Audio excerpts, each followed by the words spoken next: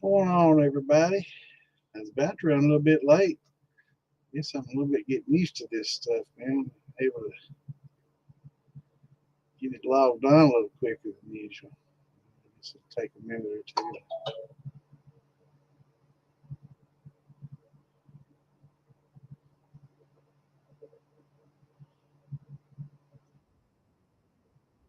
All right, let me get the link out here and share it.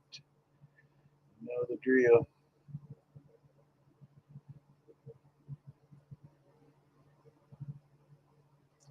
Bear with me. I wish there was a quicker, easier way of doing this.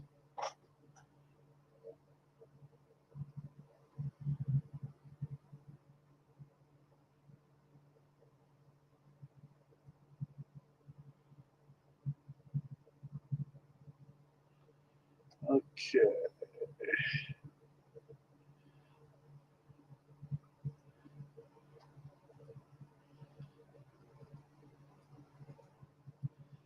Bear with me. I hate this down dead air time, but we gotta get it done. Gotta share the word.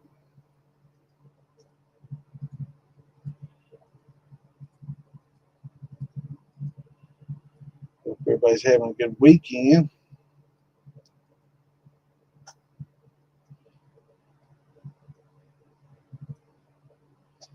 All right, let's see here. I can't see any comments right now, so bear with me. If you're saying something in chat, I can't see it yet.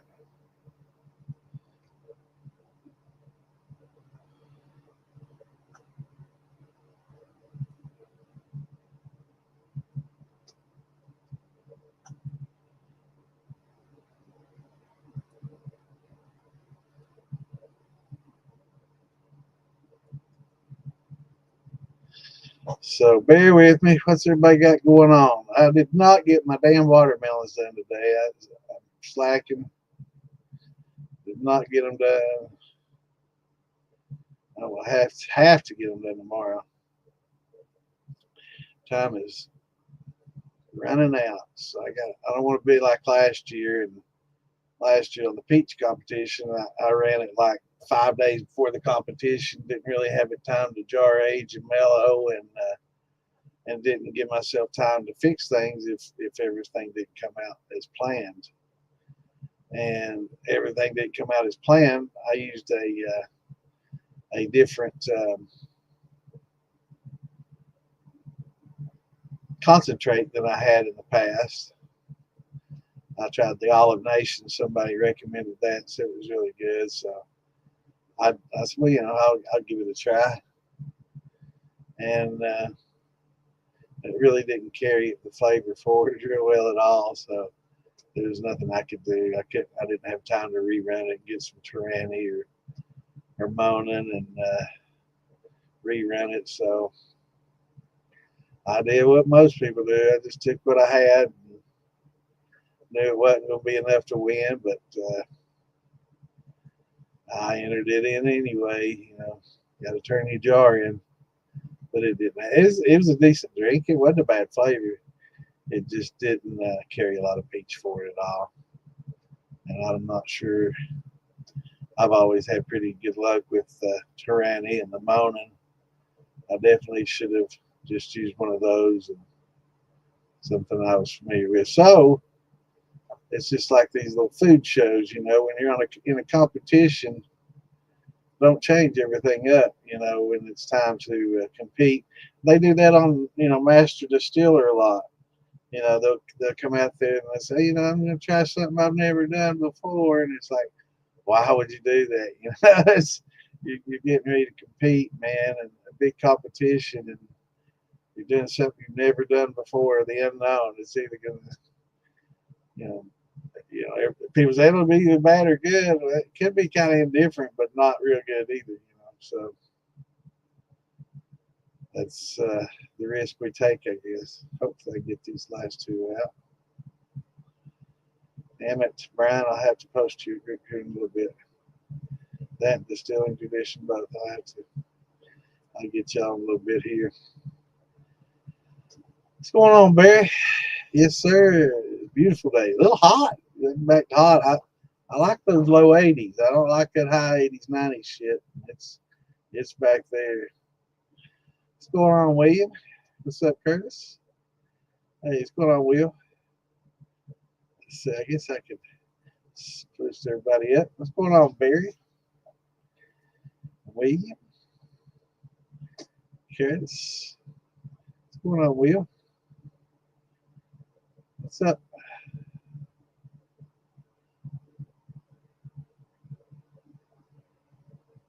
All right, brother. Well, we have these recorded, so uh, catch it, later. That I'd say most of the people that watch this watch it later. I get probably 7 to 10%, give or take. They give us all the numbers and stuff so I get like 7 to 10% viewers right up front. Maybe even not even that. A lot of times it's like 5%. And then I would say a good 90, 95% of the people that watch this will watch it later. And I can understand it's a Saturday night, right? 8 o'clock on a Saturday night. Some people are out partying and having a good time, like my neighbors. They're having a big old time. Back to school party. They're going back to school this coming week. So this is the last weekend. So they're having a big old shindig over there. My neighbor, I'm pretty lucky, man. I got some really good neighbors. Awesome neighbors. What's going on, Barry? Anyway, we hope you get you back up and running.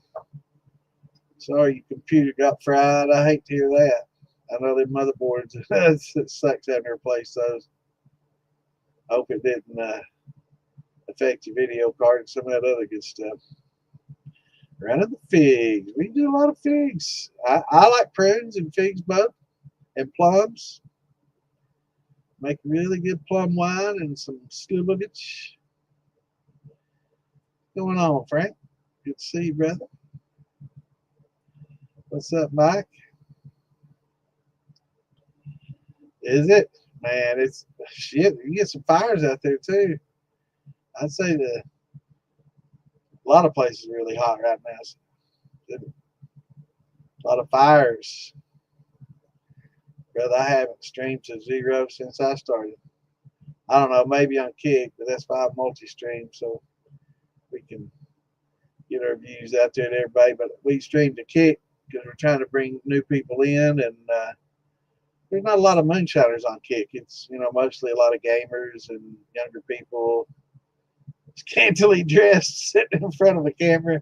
So we're hoping to kind of maybe break into some of the younger ones and share the knowledge and pass it down. So maybe we'll get some interest out of some of the kick-ins, some of the kickers. Yeah, that's well now. It might be down to 80 now. I don't know. I was just out in it. It still felt above 80 here. But yeah, we've been getting in the high 80s, low 90s, and I think that's what's calling for next week. Let's see what we got. Yeah, it's 88 right now here. Just sorry to fuck. That's 4 o'clock. It's 88. Let's see, it's probably about 85.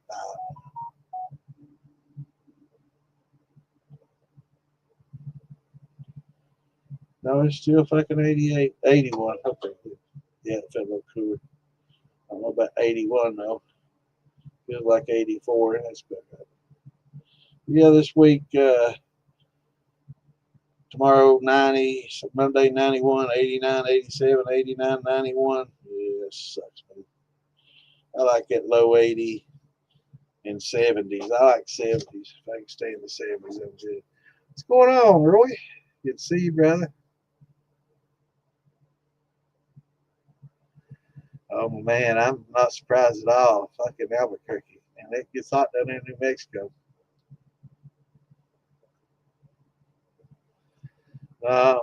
It's a little bit hot, but I've got work to do. I've got to get my watermelon. I've got my third batch watermelon. I got to get mulched up and running. Doesn't take very long for the watermelon. It's about 4 or 5 days. It's pretty quick.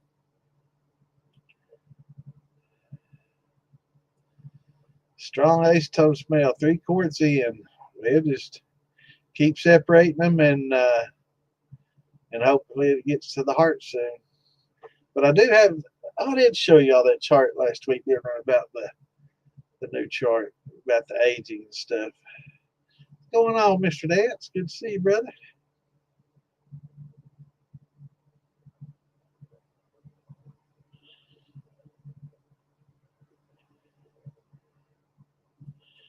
All right, where do they have companions?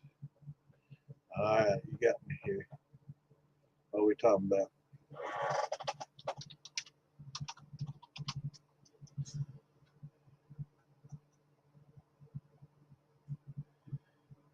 All right, you got me, brother. Companions.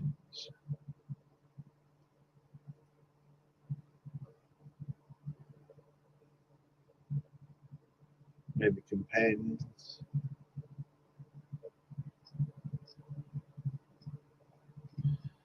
All right, Frank, you're going to help me out, brother.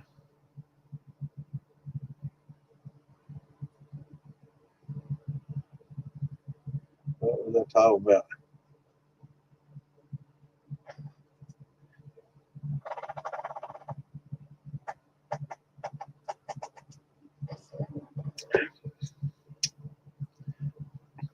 Talk about that kick. On kick. Yeah, they got some pretty good stuff on there. A lot of gaming on there. Don't click the links. Don't click that link. But yeah, there's a lot of gaming on there. Oh, the competitions. I'm sorry. At Farm to Bottle, be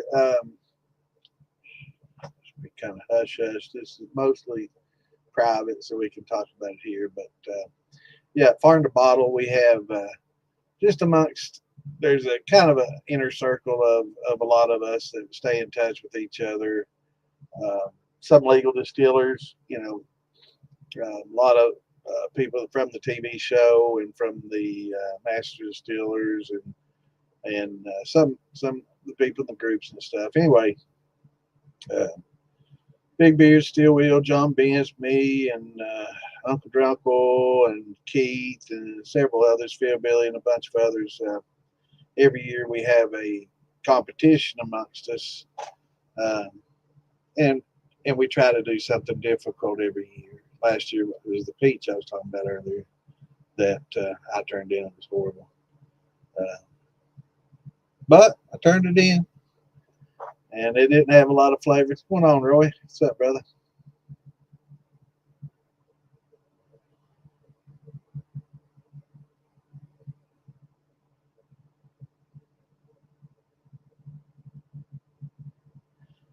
So anyway, last year I did shitty on that peach I was talking about earlier. Didn't get a lot of flavor. It was a good tasting drink. It just didn't have a lot of peach. It had sweetness and it was good, mellow. It was all good for a 5-day old China. It was great, but it just didn't have the peach flavor. I'm not gonna get the clear concentrates and pour in there and get cheap. Fuck it. I just turned it in. It didn't have any peach taste at all. I didn't get a bit to carry forward. And I guess it was just the concentrates really did what conducted, but it wasn't as good as Motor or Tranny. I've talked to a lot of people that they say it's a good for post flavoring. That the Olive Nation is really good post flavoring, but maybe probably not the best for carrying over in distillation. I learned that the hard way. But yeah, I should have.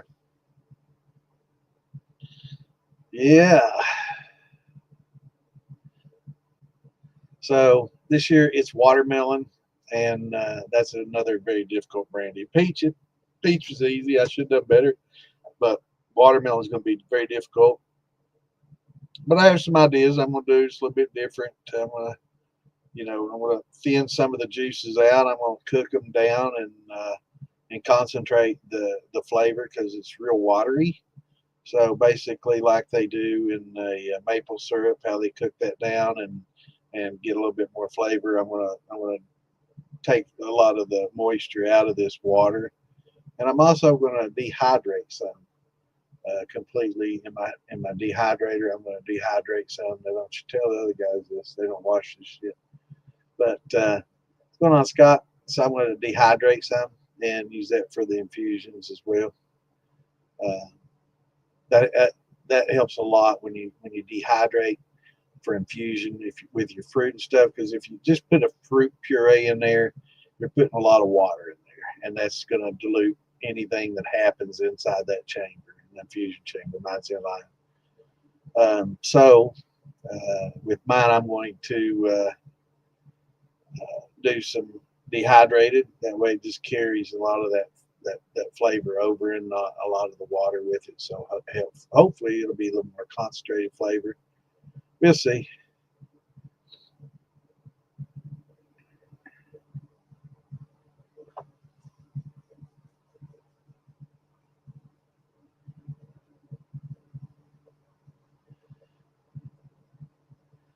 What's going on, Roy? What's up, Clint?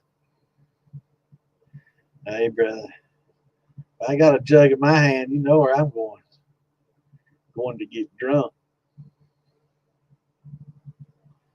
What's the best post flavoring to use? It's one of those questions that really is tough. Now, as far as company wise, it really depends. I do like here. I got the headset on. I do like Monin, Monin. They make a good syrup. Torani makes a really good syrup. Olive Nation makes a good syrup.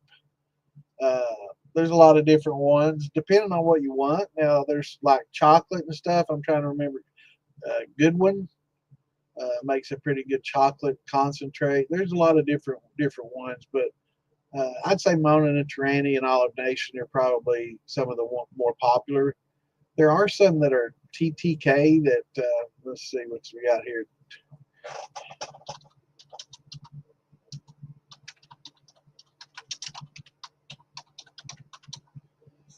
Uh,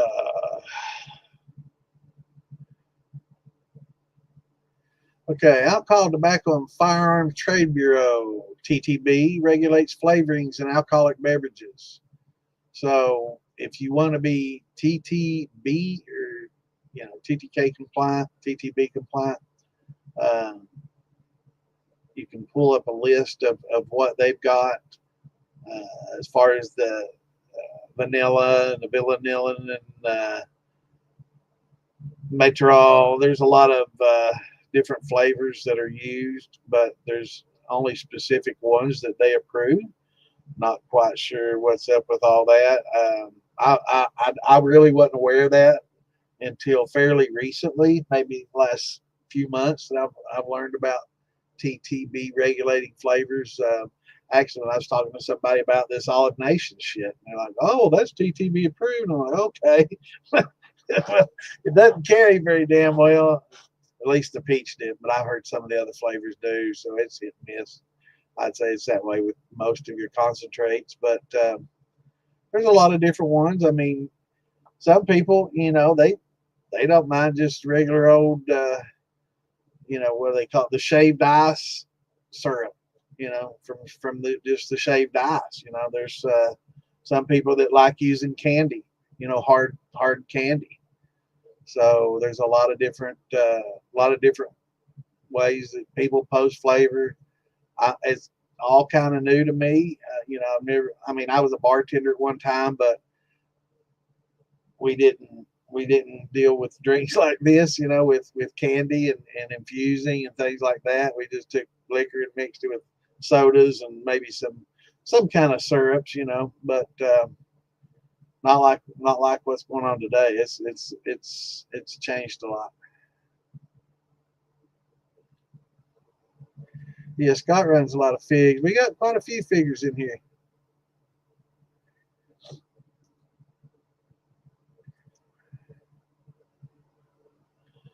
So you like corn with your figs? I've never done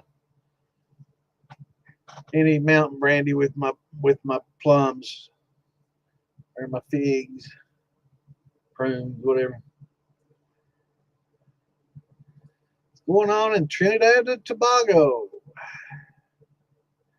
We call it barbosh or barbash. Awesome. So Neil, what do y'all ferment there? What's your, do you do like a fruit, or you do grains, or more of a sugar, rum? Be interesting to find. Trinidad and Tobago. That's one thing I love about the internet, man. It opens you up to the whole world, you know.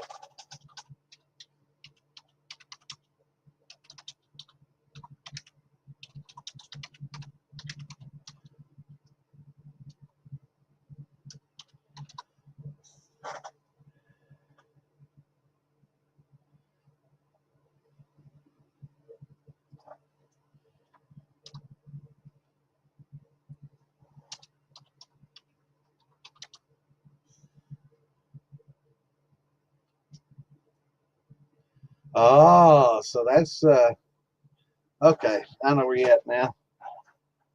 Yeah, that's rum.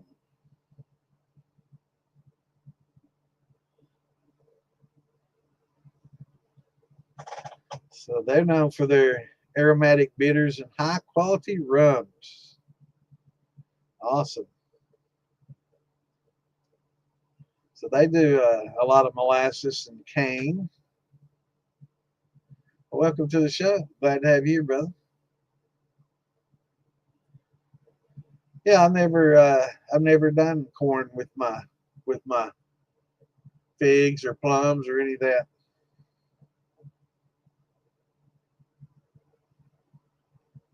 Yeah, I think it'll help. Yeah, I think it'll help a lot. I'm hoping anyway. If not, I've got backup plans this time. I'm not going in like last year with a weak peach. I'm gonna have some flavor.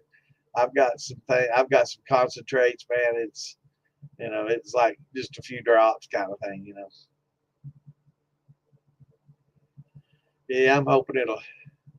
He's just on his second jar. I'm hoping he usually has a lot of jars. And if not, rerun it. You know, if you just end up with a bunch of heads and something doesn't seem right, you know, dilute it. Just dump it all back in there. You dump it right on the back set and just run it all again. Maybe run it slower or faster, or see if, you know, try to vary your speed and see if that helps.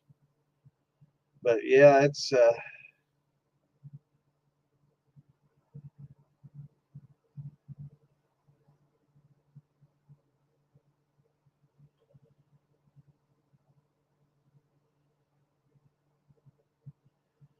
awesome. Sounds good, man.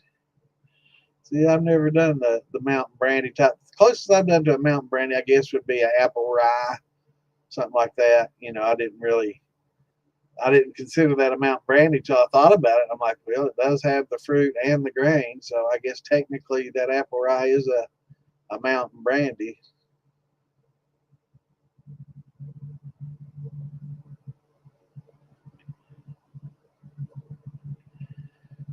I got a buddy who has a mango farm in Thailand and imports all dehydrated and really sweet. Wait for 20 pounds from him. Awesome.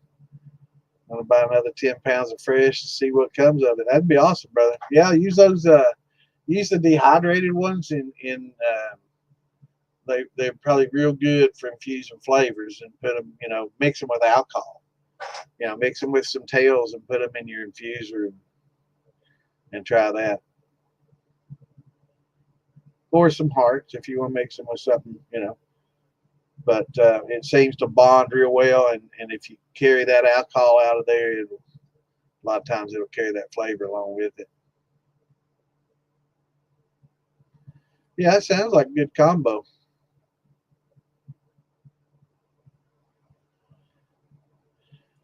What's going on, Steven? Now you back up, brother. You're not blocked anymore. That's good to see. Well, you can type in here.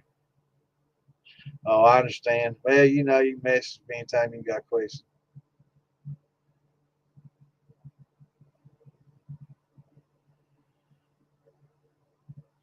Awesome. So how did that turn out?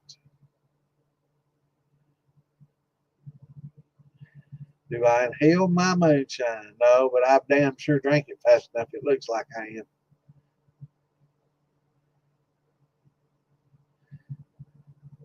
But yeah, I guess when I'm smelling it and stuff before I drink it, yeah, I generally take a big smell of it to see what kind of nose it has. Yeah, that's what I do. If you're going way past what you think you should be in your hearts, maybe try to figure where might be getting some smearing from, what might be causing it. We might have to break it down and find, maybe there's a low spot, that's catching all that stuff and carrying it. It's a lot of times it's tough to find.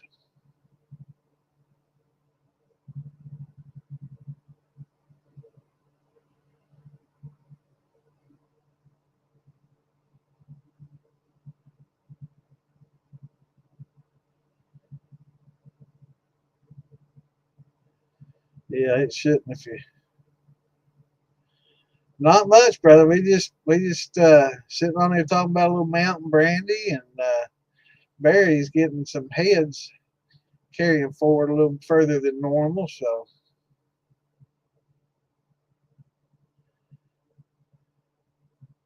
if you didn't have Google, you would have zero idea. What's that about?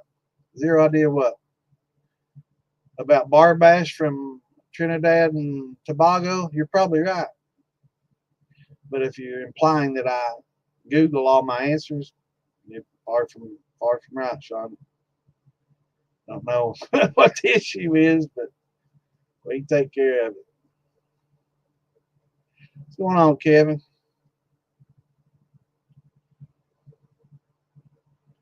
So you implying that I Google all my answers, Sean? Is that what you're saying?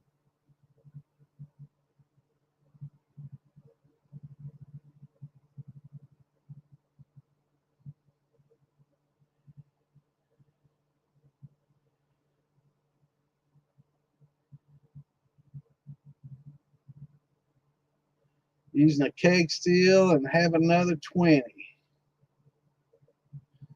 Cool.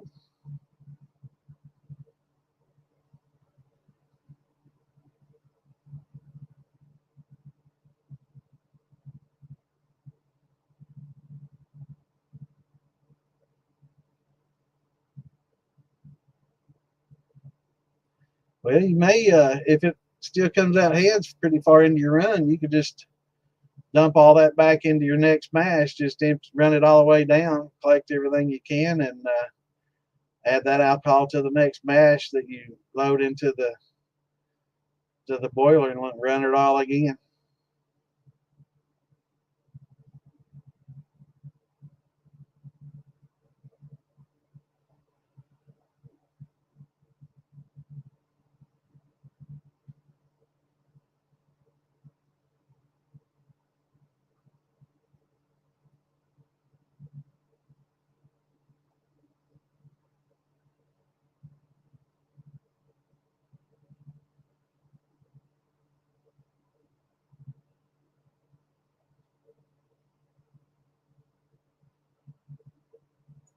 Yeah, that'd probably be best to do if you keep getting your heads.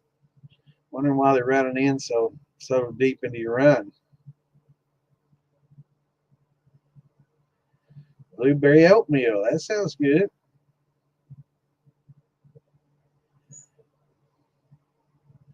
Awesome. Now you going to do any infusion with that, or you just going to run it straight out?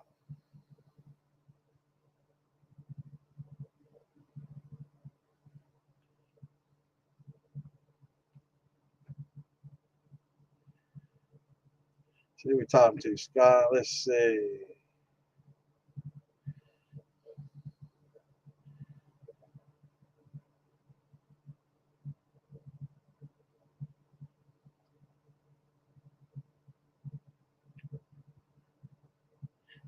Yeah, I agree, Clint. I just run it all the way out, collect everything you can, run it all the way out to your tails, and just dump it. Since you got that more mash, 10 gallons more to run, just put that in your still and go ahead and dump everything into there and just run it again. You probably leave a little back set in there if you got space too, just to add some extra flavor. Oh, that's good.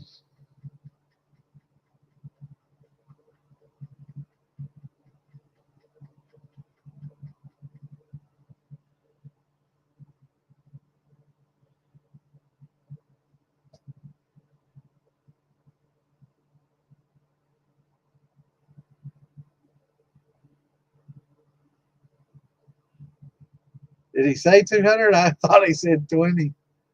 Yeah, he said 20.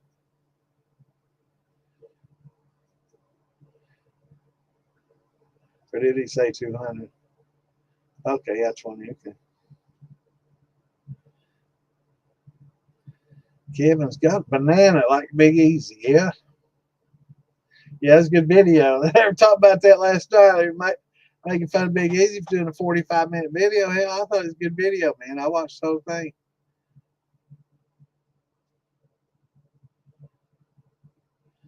Salmon berries. Sean McKinney, I'm getting ready to Google because I don't know what the fuck salmon berries are, okay? Just so you know. I don't profess to know anything, and I don't act like I know it all, unlike some of these motherfuckers around here. You know what I'm saying?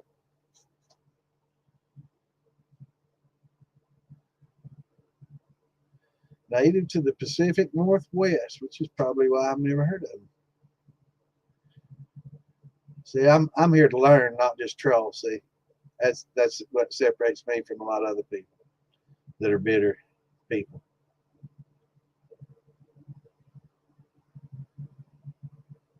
They're good in jams and jellies too. Salmon berries are cool.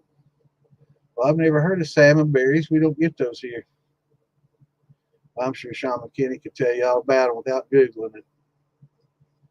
I can't believe you said that shit. I'm not fucking.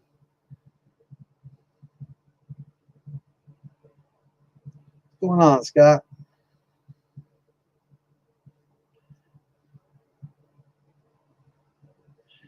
Yeah, I like watching videos, man. Still Billy and Big Easy.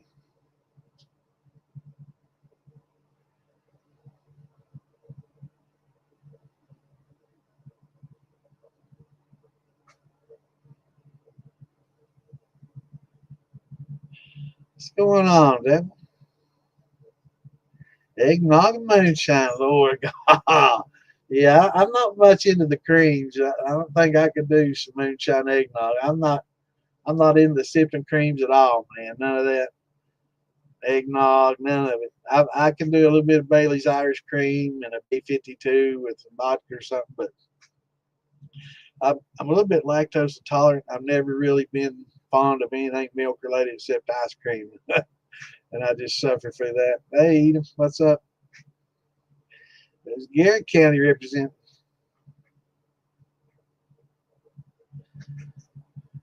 No pawpaws. What has that got? The anonymous in it? What's in a pawpaw?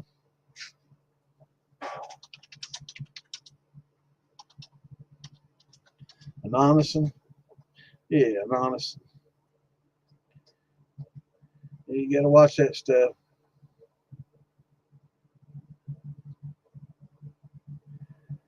I appreciate y'all coming on here. I learned too. You know, I didn't know what a salmonberry was until today's or barbash. So you know, it's a good experience for everybody. We all learn.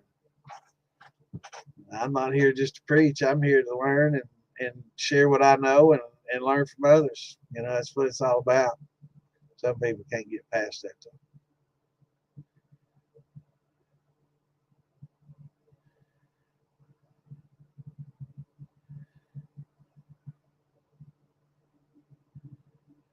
Yeah, they're funny, aren't they? Yeah, it can get pretty wild.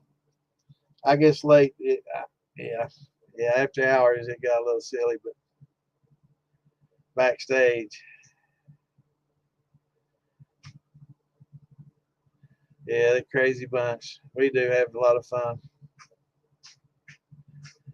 I'm glad y'all with us. That's we're trying to spread spread the hobby, and teach a lot of people. We want people to enjoy the hobby. I know a lot of times, people get started into things and they don't get proper instructions, or they get misled. And, asking certain questions in a lot of the groups, the biggest problem is that there's a lot of people that are trying to educate that don't have the knowledge really. There's no nice way of putting it really. They spread, and in their defense, they're trying to help, and they learned it wrong the first time, and they're just spreading what they learned, right? And so a lot of times these erroneous things get continuously pushed forward, and once so many people push it forward so long a period of time, well, hell, it's got to be right. It's what they've been saying forever, right? And a lot of times it's just not, and so we try to give people a good answer and help them in the hobby, get them going, because it's frustrating for a lot of people. And there is a little bit of a learning curve to it, and some science involved that you don't have to know to do it. You can follow a recipe and be fairly successful. Just follow the instructions and do everything that's said at the temperatures that's said and the amounts that are given. And you can do that and replicate things and do a pretty good job. And that's what that and teaching is makes the hobby enjoyable for a lot of people. And we want it to be safe, because I know there's a lot of times, when you're making something and you're making a mash and you look at some of that stuff and you've got a lacto pellicle and it's looking pretty rank, and you're like, damn, I'm going to drink that. Then you get kind of scared. If you don't know what's going on, it can be a little bit intimidating. So a lot of people are like, I don't know if I'm going to drink that or not. And some people, they don't care. They're like, yeah, drink it, whatever. It's like, so a lot of people want to know, is this safe? What is this? And a lot of times it's just a normal lacto pellicle and it's safe. A lot of times, hey, that's some bad mold. You might want to toss that. It's let's try again and find out where we went wrong. And I think a few days ago we had a guy on here who was talking about just doing peach the old-fashioned way, just dumping it in there and letting nature take its course. The more I think about that, it bothers me on a lot of levels. It was done that way for a long time, but that doesn't mean it's the best way to do it or a way that it should be done. You need to puree them up.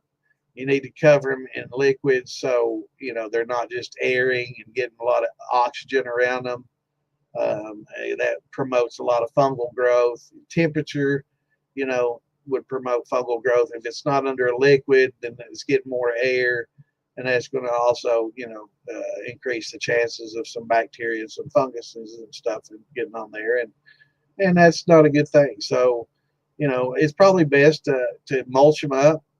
Hit them with that 160-degree water, kill a lot of that wild bacteria and wild yeast off there, and control the fermentation, and put a cover over it, check your pHs and keep your temperature regulated, and, keep your nutrients at the proper level, and use a decent yeast, and you can get some good results.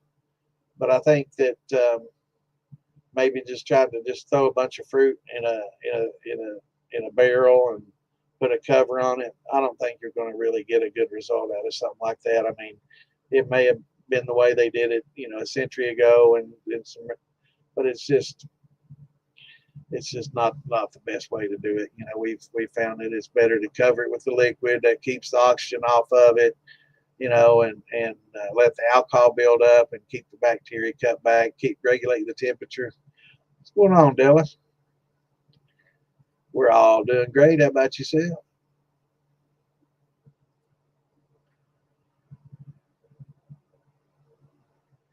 Yeah, I mean, it's there's a lot of opinion things. So it's not all fact. It's not all, everything's not covered in fact. So there's a lot of opinion things, like the flavor question I got asked, or what's the best yeast, and a lot of things like that. So there's a lot of opinions involved. But with a lot of opinions and things of that nature, along comes, good, better, best, or not so good, and just okay. And so, a lot of things you can do and it's not wrong, but sometimes there might be a better way to do it, right? So it's not necessarily a wrong way. It's just that there might be a better way, and that's what science is trying to push forward is learning better ways and being able to duplicate. You know, having a good result and thinking, "Damn, that was great. Now can I do it again?" I've seen a lot of people. Uh, yeah, it is. Every run you should be learning something. Every class, every time I come here, I learn something. Like I said, I learned bar bash and salmon berries, and we're all learning together.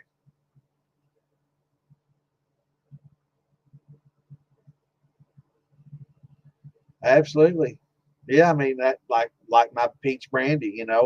I should have run that shit a month before that competition. I should have known and tasted it, whether it's good or not. Nope. I could have had time to rerun it, make it better, but I live and learn. I'm not going to do that this year. Mad honey. Oh, I know what that mad honey is. You want a trip? Make some mad mead. That'd be cool. Let's make some mad mead. There we go. We can trip on the mad mead.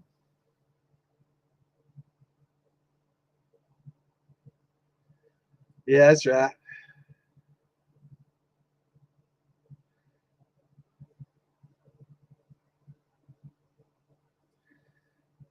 Going on, Kimbo? Yeah, mad mead sounds good, doesn't it? Do a little tripping. That'd be crazy. Mad mead. Yeah, we were talking about that mad honey a while back. I guess they get that from South America or Peru, I think it was. I'm Googling this in case you didn't know. I'm thinking it was Peru that they said it was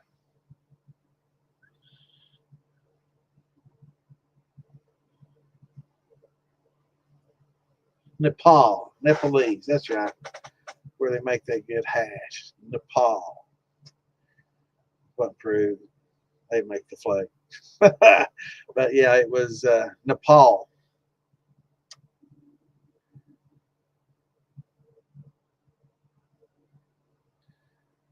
Some red, silly Siberian shine. Awesome. Did his first bubble column run. Started 184ish, finished at 90. Totally different than running as a positive. Yes, it is. Totally different. It is definitely different.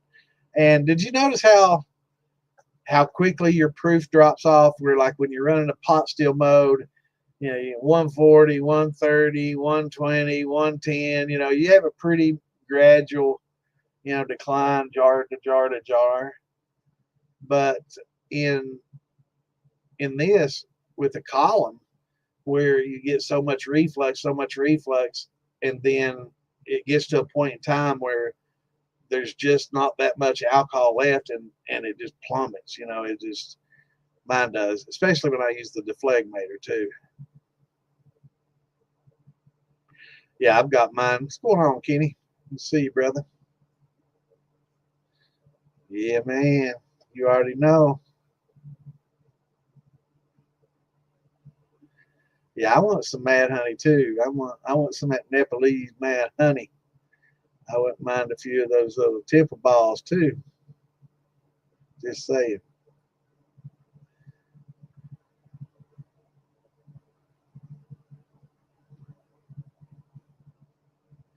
Yeah, man, I love me some plum wine. I'm telling you, it makes a really good wine. Very, very interesting, good flavored wine. And maybe with a little elderberry too. Good combination for it. But yeah, I make quite a bit of plum wine and slivovich. I got some in there now.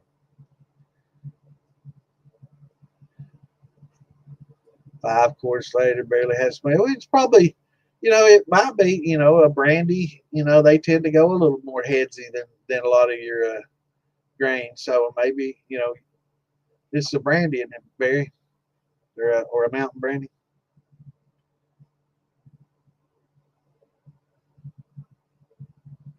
I would say that's interesting, man. I've never really thought about that. I would say it is. I like the sound of that, man. That's something different, isn't it? I mean, I've never heard somebody talk about, honey made from marijuana, from bees that are pollinating marijuana. Of course, you don't want any males in that field. Those bees are going plant to plant. They spread that male pollen. But yeah, that'd be pretty interesting.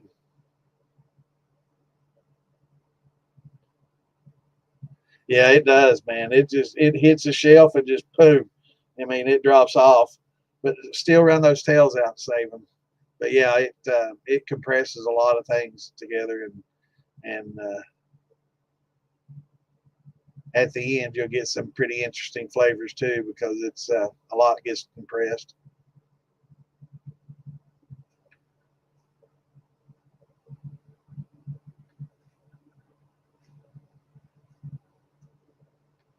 Yeah, yeah, it does. It compresses a lot. Yeah, that's what I was saying. It compresses a lot, holds it back with the reflux, and then once you start just getting less of a percentage of alcohol in your back set in the steel, then boom, it just drops off the shelf. Yeah, there's a lot of people microdosted on those, man. A lot of people are just taking little tiny bits to um, as I guess, a self-medicating medicine for them. But there's a lot of people microdosing on shrooms these days.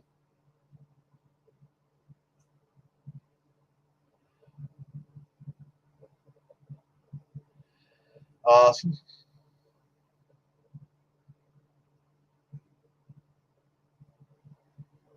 Yeah, easily.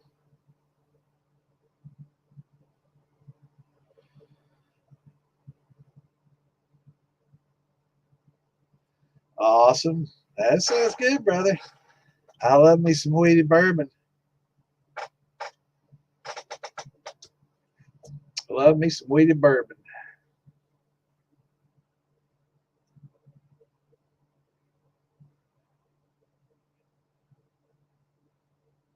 Cool. Yeah, it'll work. Soften it up, soak it, and soften it up a little bit. Yeah.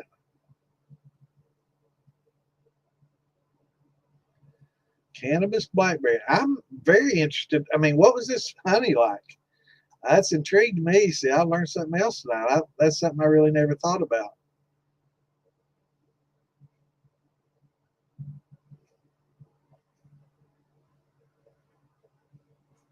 No twigs and seeds we don't need. Acapulco Gold is badass weed.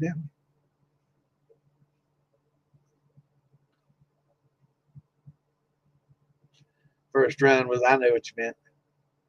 I think actually I just said run. I don't even think I read friends. So, I mean, yeah.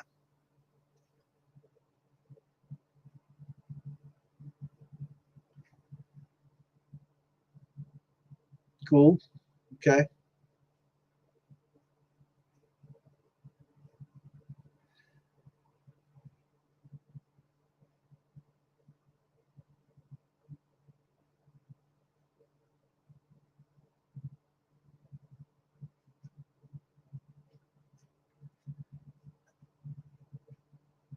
Cape and cap. Okay.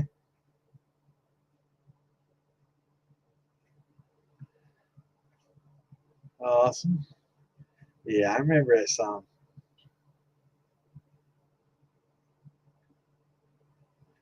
Yeah, that pineapple shines pretty good. It gets a little, it can get hot. There's a lot of sugars in that pineapple. I've made some pineapple shine. It's good. I'm trying to think of what they call that in Hawaii. There was a guy, a master distiller, that came on there, and I've been making pineapple shine a long time, and I also include the outside of the watermelon, so I don't or watermelon. I've got watermelon on the vines. That's all I've been doing the last couple of weeks of the pineapple, and he did the same thing. He was talking about how they use the wild yeast on that. Certain things I will, and pineapple is one of them. and that was the traditional way of doing it, was to include the skin on the outside. I'm about to Google what they call that because I'm old and I can't remember everything.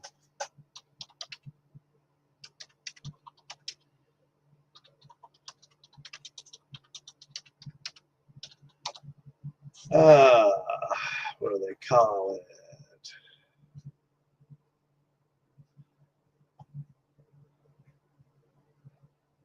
Okay. I don't know if I pronounce that. They talk funny. Okale Howell. Yeah, I'm butchering the hell out of that. I'm not even trying. But yeah, this master distiller was from Hawaii, and his family, he did a traditional pineapple rum, and I thought it was really interesting. It was good to watch, and it had an interesting story. And I like using, instead of just regular sugars with mine, I'll use a brown sugar to make kind of a pineapple rum. And it's pretty good. I like it. I'm not sure if he won or not that episode. I think maybe he came in second. I can't remember, but I was surprised because he used the outside of the fruit too. You know. Yeah, it does, doesn't it, Dave?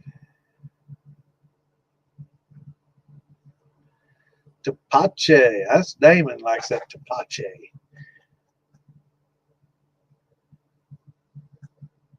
Yeah, I can't remember, but I read phonetically, so as long as it sounds like it, I can read it because I spell the same way sometimes. Um, yeah, it was a good episode. It was interesting, and the dude was in the military. I believe it might have been a military episode that that he was in. My memory serves me well, which it does less and less these days. I'm thinking he was in the military though, and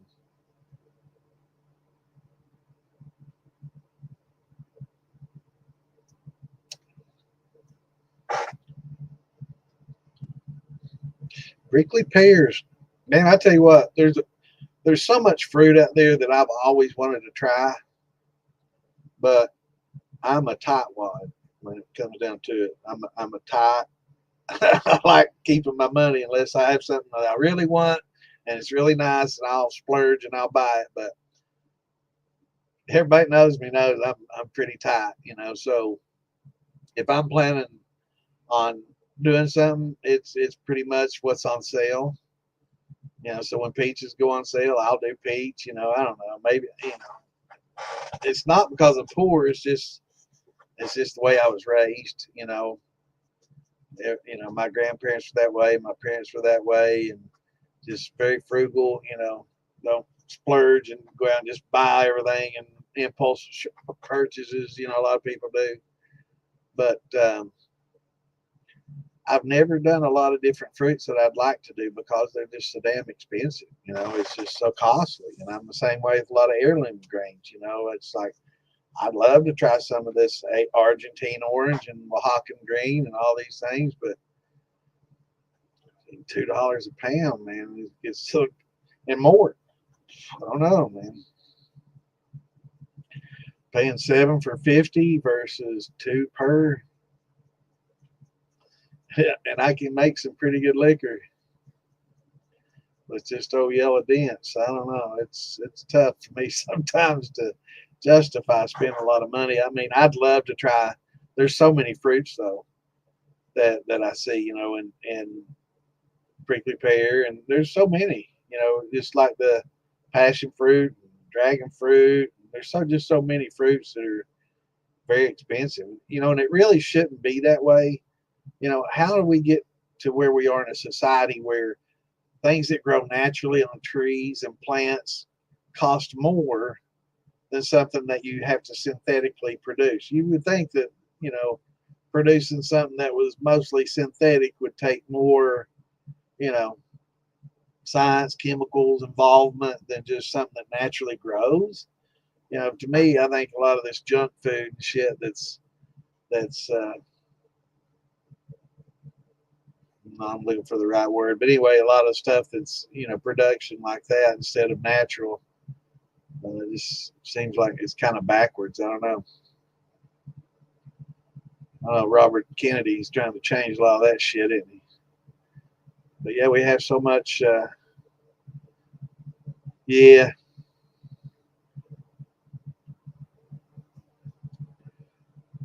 yeah. It's just the way I was raised. I grew up in a poor area.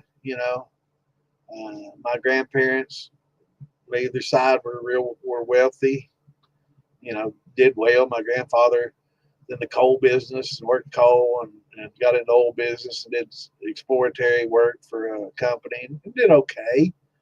My other grandparents had a general store and a post office, a general store in Nowheresville, USA, or Eastern Kentucky. That the lake ended up, bought their property and they moved. But we always grew up, saving. Everybody saves everything, so everybody from there's hoards. You never know. I might need that sometime. I ain't throw it away. I might need it. And got that kind of mentality. But it's just kind of old school thinking. People that lived through the Depression, saw hard times. Most people these days, they've never seen hard times like that. They've never seen what it's like to, you might have all the money in the world, but you still ain't getting it. A lot of people that have a lot of money never encountered anything like that. It's like, I don't care how much money if it's not there, you can't buy it. It doesn't matter how much money you have. If it's not available, it's not available. So, a lot of people, these days never really um, wanted, and not been able to get.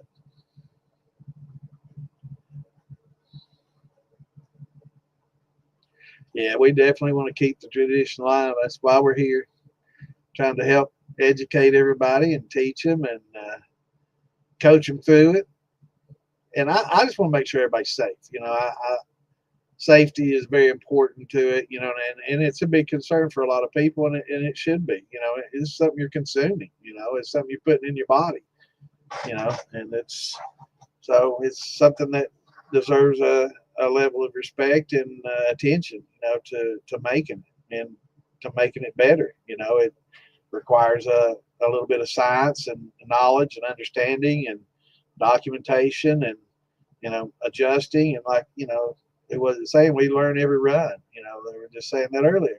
Every run you make, you learn something new every time, and it's a process. And yeah, yeah, yep. That's the way it was. It's people. I don't know. I could show some pictures of when I grew up and how I grew up and people look at it and they're like, "Wow, man." They think that was pictures of my childhood was from the 20s and 30s. From the shacks and from the poor. And they're like, "Wow, man, it was like that for you." And I'm like, "It's still like that." In some places. Getting better, but only in some places, Bill. It's kind of like marijuana, federally illegal, pretty much everywhere. But a lot of states have adopted laws that permit recreational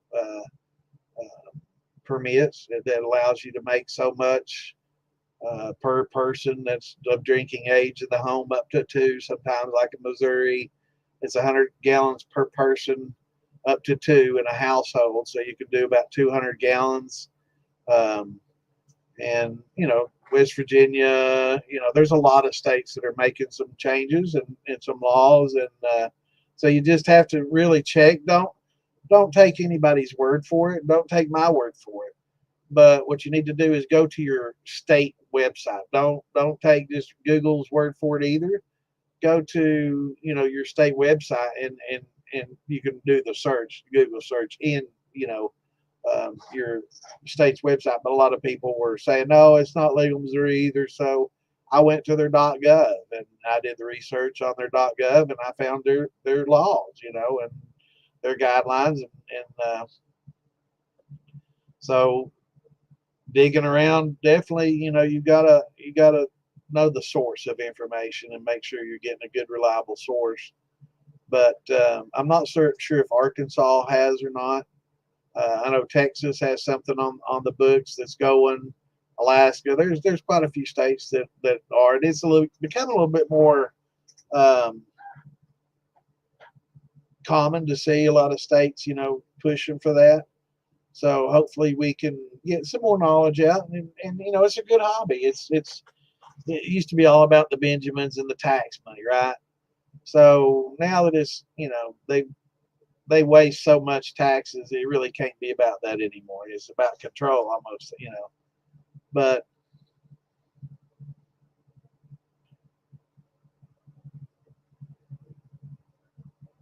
yeah, yeah, that's right.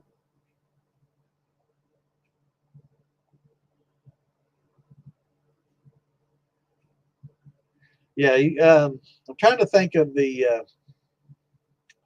Let me pull this up.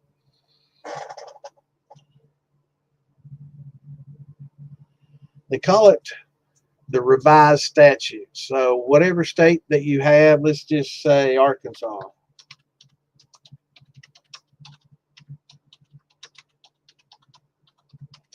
So Arkansas revised statutes, and it works much better if you type it without.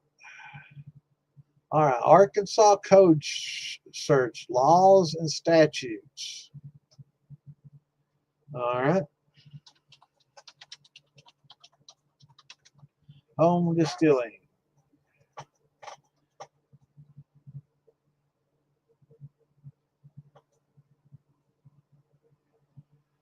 Lots of home, but not so much. Just maybe just research distilling then instead of home distilling. So I'm getting a lot of home hits. No records found. So probably not. I'm guessing. Um, Interesting though that I'm getting nothing.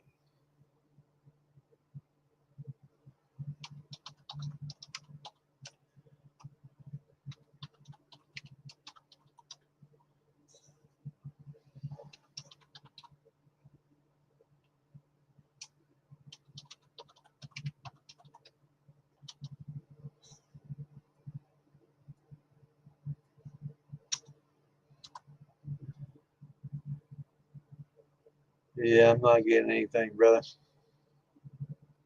Probably not if it's going to be. But yeah, just pull up revised statutes, your state and revised statutes, because that's basically the laws of your state, and that's what I pulled up to get the Missouri, and it took me directly to Missouri.gov website and showed me you can get the code number that's 190.085 or some shit like that, 192, 194.085 to 196, and that's a lot of times they do it numbers like that.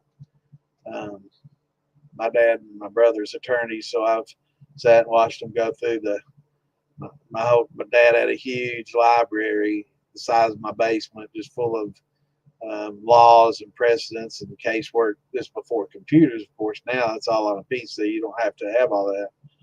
But he'd spent a lot of time reading those books and looking at the laws and stuff, and it was basically just revised statutes from all over. A lot of times when you're doing law like that, you have to look for a case that's similar to yours and how they judged on it. And it's called a precedent.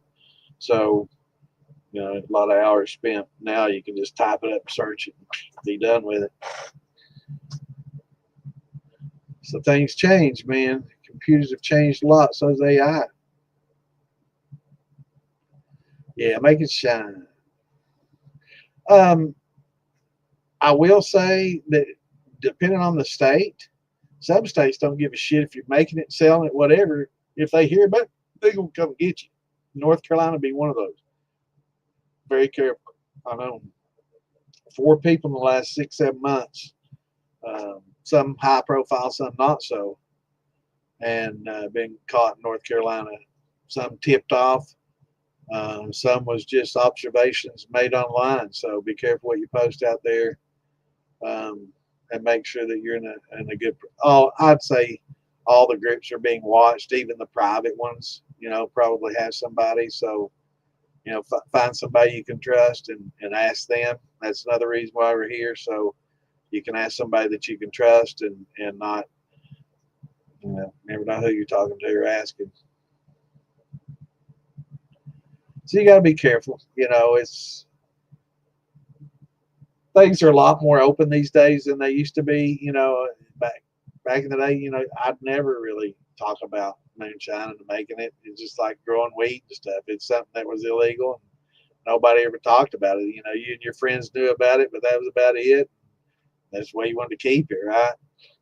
But nowadays, things are a lot more open. Uh, seems like they let a lot worse crimes go, and people think, well, they're just letting people walk into Walmart and just load up and walk out. They're not hardly doing anything about it. They won't care about me making a little shine. Well, yeah, they do. It's kind of funny how they're selective about what pisses them off. And it's kind of gets political and stupid. But so the lawlessness kind of lulls you in, thinking, well, everybody's doing it or they're doing this and not getting in trouble, so I should be able to do this. And I know how everybody wants to justify it, reasoning it, and until it's a problem. So when you make notes, about your brandies, it's a wine, it's not a brandy. Don't ever write that down. It's a wine recipe. It's all about everything's wine or beer, right? Or mead. We don't talk about my peach brandy. It's peach wine. So in your notes, everything's about that. So when you distill, you're going to distill the same way every time, or you might try a different distillation method. But all your recipes and everything, don't call it brandy. Just say peach wine. The beer and wine is perfectly legal to make, and you can have it in there and ferment, and not a damn thing they can say about it till it hits that still. But some states, it's illegal to even have a still, even though that you can make tinctures from it, you can distill water from it, you can do the oils, and all the essential oils and all that stuff. But that doesn't seem to bother people. Maybe if you've got some oils and stuff that you've made, some tinctures that you can show that you've made, and you can say, look, this is what I use this for. This is my video on me making a tincture, and I used, all this going into it to make a medicine that's perfectly legal for me to make.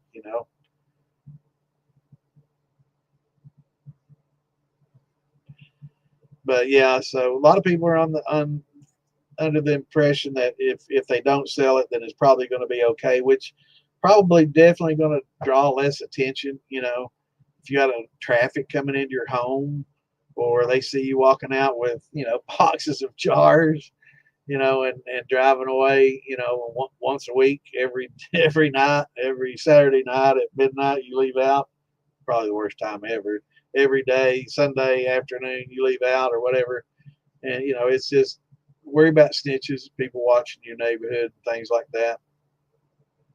People get jealous, and I tell you, one of the worst is other moonshiners. They see you, coming in their area, and it's what they do for a living, and you're putting their living in jeopardy. They'll report your ass in a heartbeat. They certainly turn you in.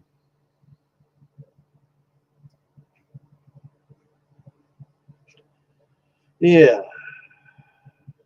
Big Chuck. Actually, I was down in Arkansas last year. Met old Big Chuck down there. He's a good guy. Yeah, it's a good time. I like Arkansas. Arkansas reminds me a lot of Eastern Kentucky. The people, good people down there. Yeah, that's the best way to do it. Just don't tell everybody. I mean, they're probably going to know, just from just public, just from on social media and watching podcasts and all this. I mean, some of these guys, they don't have, this is their job. They have nothing else to do. So, who are they going to go after though? You know, are they going to look for the guy with, 10, 15 gallon beverage steel or a keg steel? Or are they going to go for the guy with 200 gallon submarine pot, 500 gallon submarine pot, and bragging about it, and, selling online, and talking about, I know people that just basically puts their whole, everything they've got. This is what I've got available right now, getting low on this or that, so if you want some, you better hurry and stuff. And I'm like, man, that's bold. That's brass ballsy for me.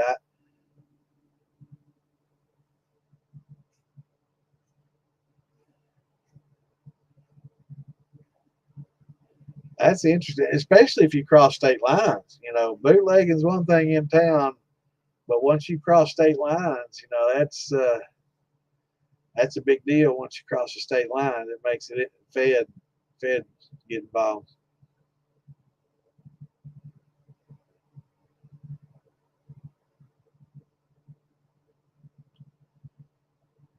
Yeah, a lot of places. I'm not. I know that the wine has like a really high. Here in Kentucky, you can make quite a bit of wine before you ever have to worry about any kind of license. I mean, it's like major hundreds or thousands of gallons. It's silly a lot. A lot more than you make as a hobby or something to drink. I make a lot of wine.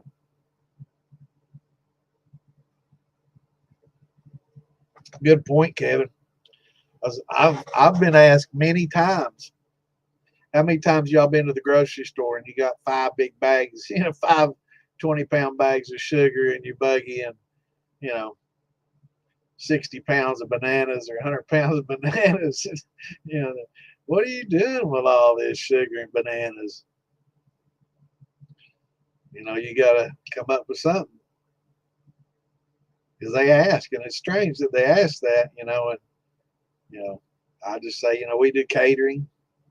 We're making desserts. Bananas Foster, some kind of dessert we're making. We do catering, and we put up a lot of preserves, a lot of fruits and jellies and jams, which we do. Yeah.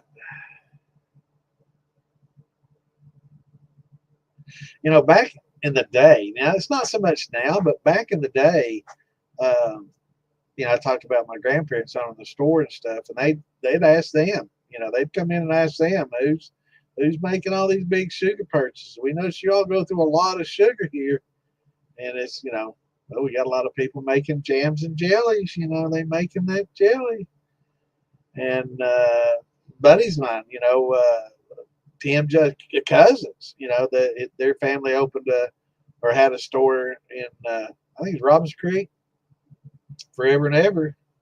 And they'd come in and ask them, who's buying all the sugar, and who's buying all this and that, and who comes in here and buys all this sugar? Y'all, one of the biggest sugar sellers in the area. Where in the hell's all this sugar going? They monitored that stuff back in the 60s and 70s and early 80s. Not so much now, since the big box stores and stuff, and they really can't track per. I guess credit cards and stuff. If you use a credit card, probably a good idea to pay cash when you're making those kind of purchases, for sure. But yeah, be ready. Have your answer ready though. So that way when they ask you, you're not like, what am I gonna do? What the hell? Don't want to be the deer in headlights. So have an answer ready. Oh, we do catering. We're making some banana Foster, this week, and it's really good. We take a torch and caramelize the sugar on top of the bananas and stuff. Oh, it's have a story ready for them, because they will ask, and of course a lot of times they're asking just out of curiosity, but have a story ready, and the old jams and jellies, because that does take a lot of sugar. So, and the ones that have made it, they understand, and the ones that don't probably think, okay, I guess whatever.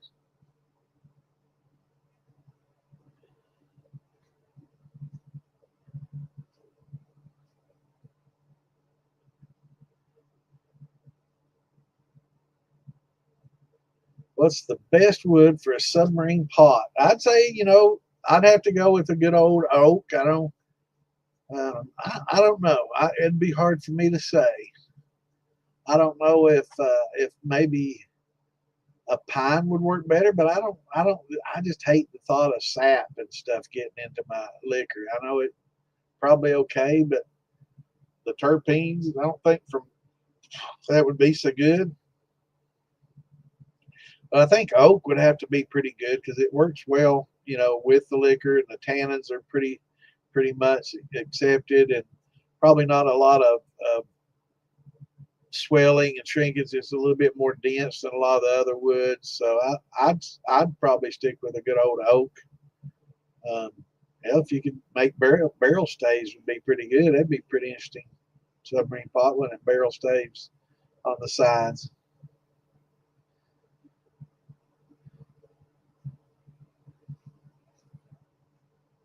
Yep, it's canning season, man.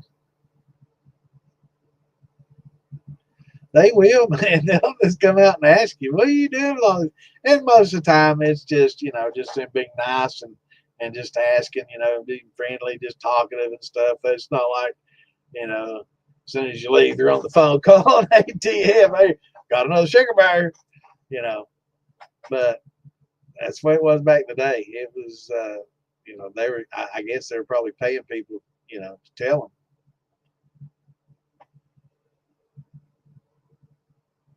Yeah, I'm guessing oak too. I'd say good old white oak.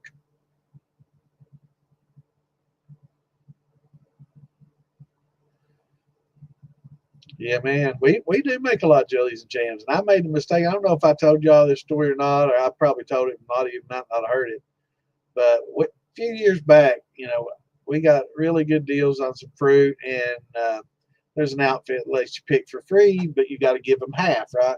I know there's a winery locally that does that to cut back on their labor, and that way they don't have to pay somebody to come in and pick. They just plant a shitload of fruit, and they have people they know come by, and you pick all you want for free, all you want, but you can't pick the not right. They want you to pick proper, but pick all that you want, and you have to give them half of what you pick. So they got blackberries and blueberries, and you come in there and pick all the blackberries and blueberries you want, as long as they're in season, and give them half, and they'll send you away with half, for free. So it's a nice Ann and I like getting out and getting a little fresh air and go pick berries and talk, and it's relaxing. It's a nice place and nice people, and they make good wine, and I've talked to them, and I've learned a little bit about winemaking from them, and shared some of my knowledge with them. Really, really nice people. And yeah, so we do a lot of blackberry and blueberry syrups and jams and jellies and stuff. And anyway, I had a big old fridge full of them, and starting to get a little bit dated, and it wasn't just, it wasn't good anymore. It wasn't bad. I mean, I could have probably got another year out of it, but it just losing some of its good flavor, and it just wasn't tasting the same. So I decided I was going to make a mash out of it. I've never tried it before. Why not? I remember Moonshine Shua was doing one a few years back, and he was asking me about it, and I was like, I don't know. You definitely want to use some pectic enzymes, because all that pectin that was used to thicken it, to kind of break it up, but so anyway, I followed up. I'm like, I seen a message later. I'm like, you never did mention how that turned out, and he never did answer me. Now I know why. I did run that, and we had quite a bit. So it wasn't just small couple gallon. We had many gallons. We had a big fridge full. So ran a bunch, and getting ready to go on vacation. So I'm like, I'll just put all this together, and when I come back, it'll probably be fairly well worked off, or well into it. I got back and I opened up that lid, and I mean, there was mold spores just like they shot them out at me, man. It was just like powder in the air. Oh my God. And I looked at it, and it was fuzzy. It had every color in there, the rainbow. It was I've never had as nasty a mash as that one was. I did properly press the cap to keep it moist and keep it alcoholed. I don't know how much help that would have done, but it was the absolute worst I have ever seen in my entire life, bar none, nothing compares.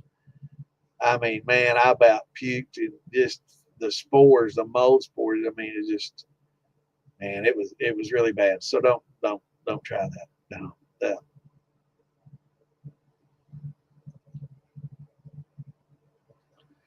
Yeah, on your taxes, it talks about hobbies, and there's a lot of people that have income producing hobbies. So if you do sell a little bit of shine, you don't have to say what it is you're selling. But if you can prove that you included the profit from selling shine in your taxes in your hobbies, they're not going to get you for tax evasion if you can prove that and you got the documentation. So that's one of the biggest charges that they're going to hit you with is a tax evasion type charge. So you know it can help you. I don't know of anybody that's ever done that, but technically, legally, I guess in a roundabout way it could. So yeah, I mean, if you just say it was a hobby income and made a few $1,000s this year at it, and, here's my tax, and then when you go to court and they're like, yeah, you've been evading these taxes and all this, it's like, no, I've been, and it might change things a little bit. There is a different tax per gallon, so they may say, you still owe this much if you recorded how many gallons. I can't imagine that much detail, but it probably could save you a little bit of time and trouble.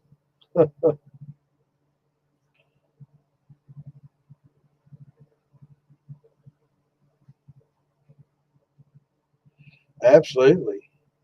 I mean, I'm always looking for, there's some, we found some fruit places in quite a few places done yet close to me, Illinois and in the Carolinas. We got some down in Florida and Texas.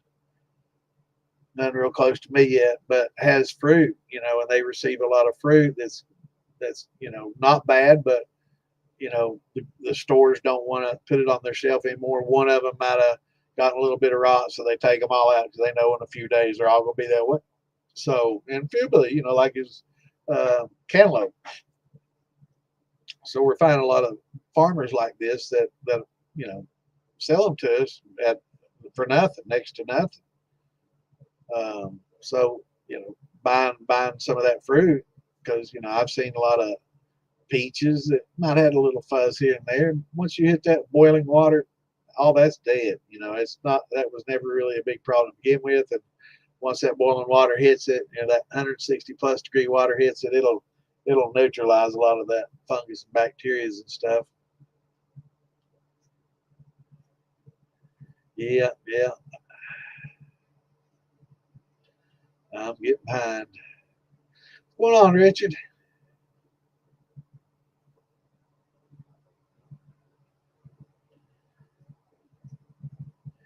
Lignum vitae.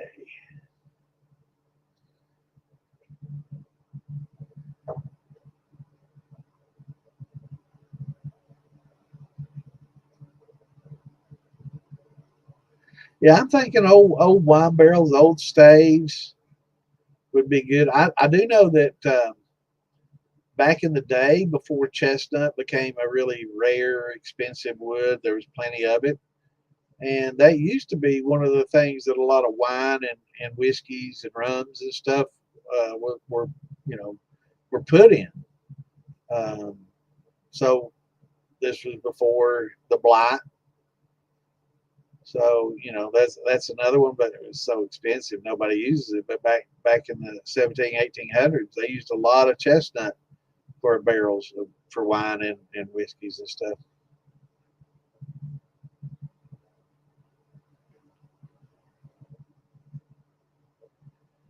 Yeah, man. Yeah, it's a beautiful place up there too. Close to where Captain Phil is.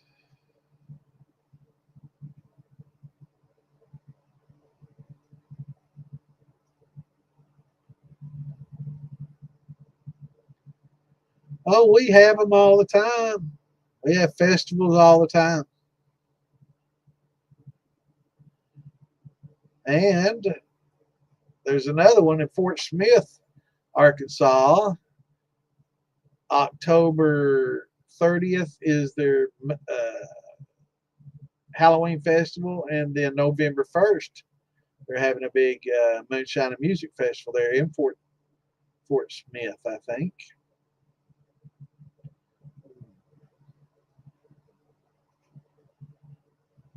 Did they change dates, or is it just a different festival, Scott? Is it? Yeah, we do a lot of festivals though. We have them all the time. We just went to one summer jam.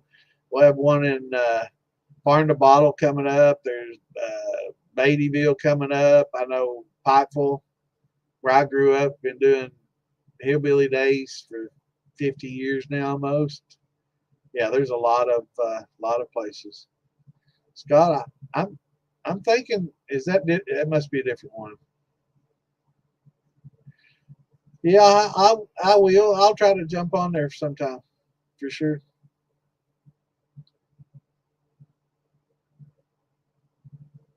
Or were you talking to me? You might have been talking to somebody else.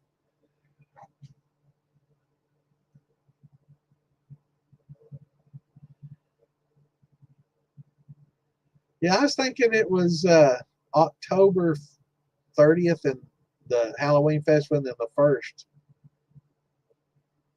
I have to double check.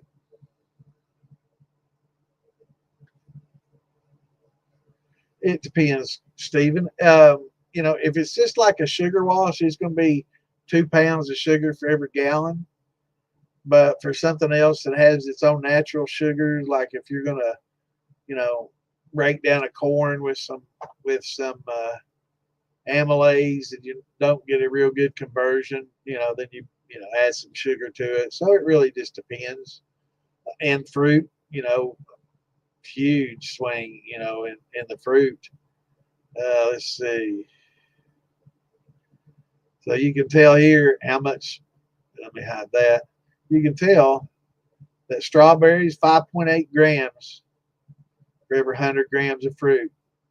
That's a third, a third of what a grape has, or a banana or a mango. It's so certain in blueberries. A lot of people think strawberries and blueberries. Oh, they're so sweet. They're not sweet. They're not at all. You eat that strawberry and the juice and everything. You think it's sweet, but it's really not sweet. It's just twice as sugary as a lemon. So, oh, Cyrus's. I got you, brother. Yeah, Clinton. That's right. That is Clinton. That's right. Fort Smith. Okay. Yeah, it was Clinton. Yeah, that's where we were last year. Yeah, I remember the Fort Smith, and I think there was already one there this year. Who who put that on? That was Troy Halsey. Didn't Troy put one on? And it might have been in that area. So I'm thinking Troy put one on.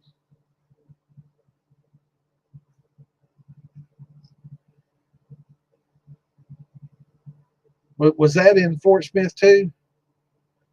Is that where Troy is? I was thinking that's where I heard that. I know I heard that name, and I was thinking, yeah, that's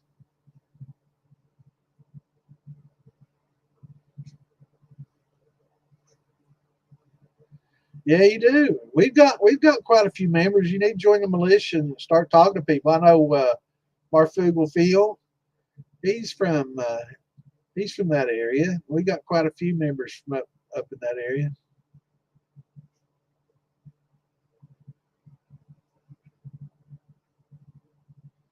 Yeah.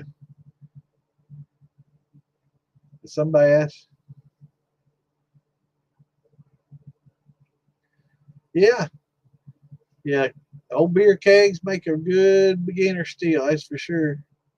Yeah, you can get your little column put on there or get on fieldbilly.com and check out some of the different little whiskey heads and stuff that you can put on them. And if you know somebody at welds, you can modify them a little bit. But yeah, kegs make a really good first still. My first still was a pressure cooker, so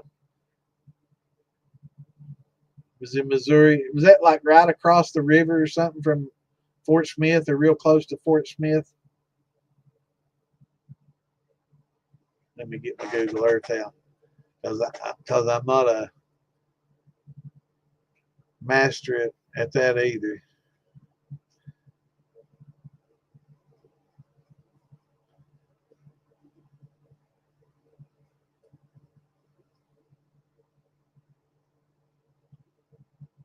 So I used to have a buddy of mine out of Jonesboro, Arkansas, that I worked for back in the early '80s. I was a lineman for his cable company.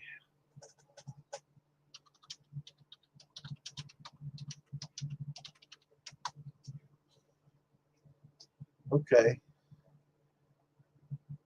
All right. Fort Smith isn't where I was thinking. Okay. I'm off. I was thinking Fort Smith was, for some reason, northeast Arkansas, real close to Missouri. And it is not. It isn't too far from Missouri, but that's western Missouri and western Arkansas.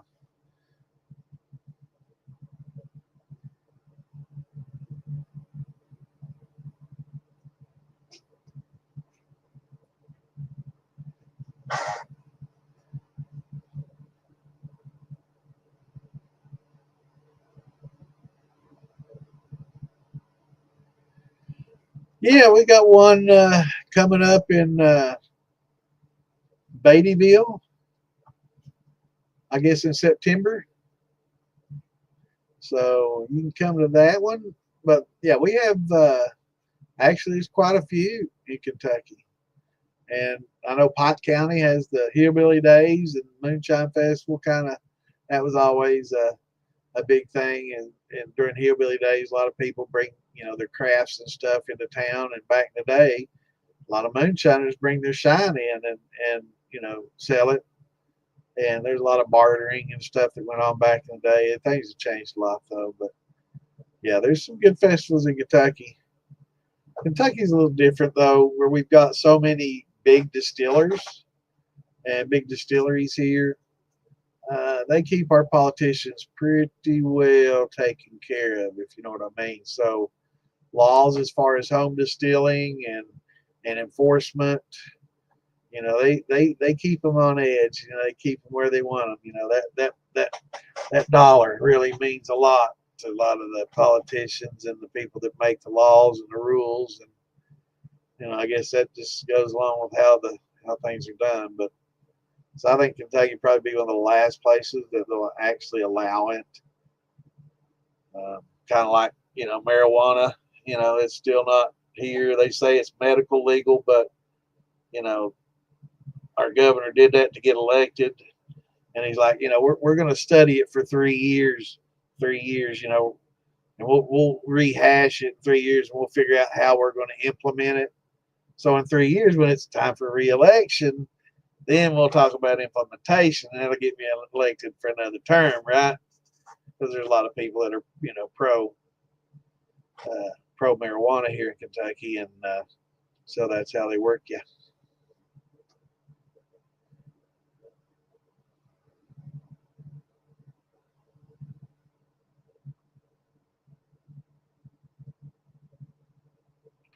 Sorry to hear about your accident, brother.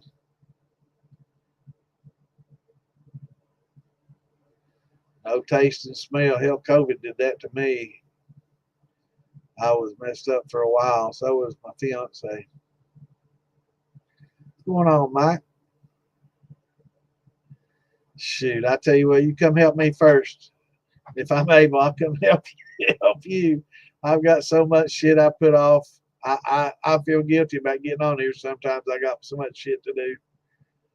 My whole basement. I've shown some pictures of me working, doing stuff, and I guess some of my pictures when I take pictures of some of the stuff I'm working on, they show this floor where I used to have parquet, and now it's kind of got some kind of underlayment, and I think they just rolled tar on top of the concrete, and then put some kind of foam, and then put the parquet wood floor over top of that. But where my basement flooded, and I hadn't done anything down here except, of course, got all the water out, wet and dry backed it until I was broken and sore. Man, my arms still sore from that.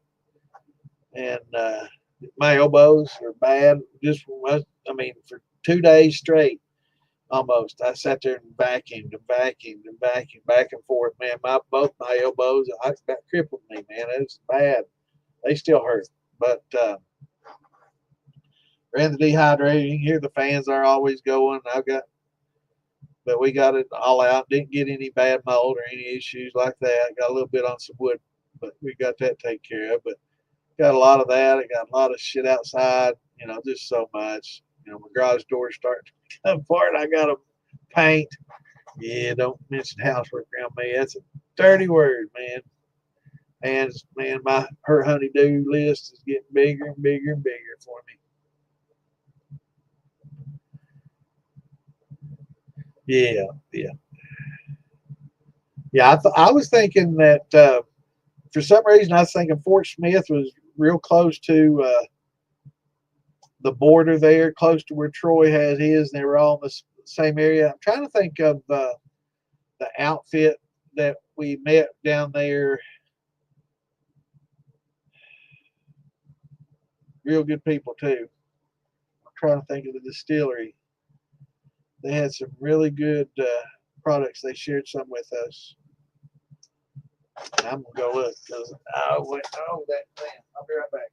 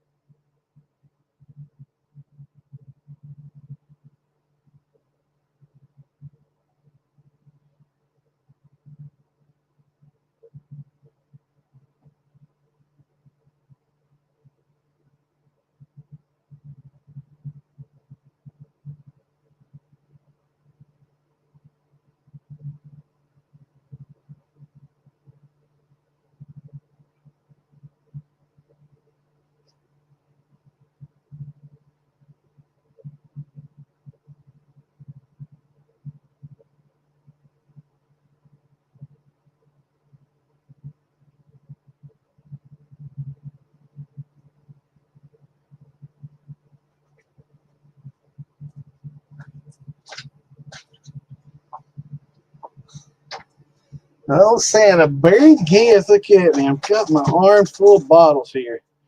These people were really, really nice to us, and they shared their liquor with us. Tall Pines Distillery. They make a real good peach.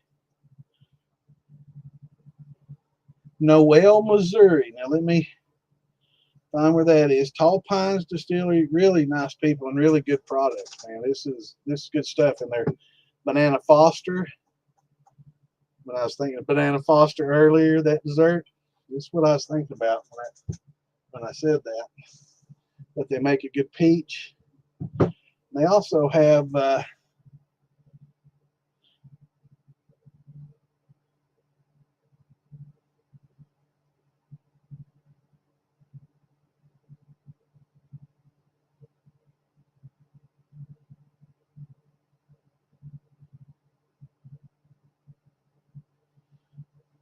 yeah.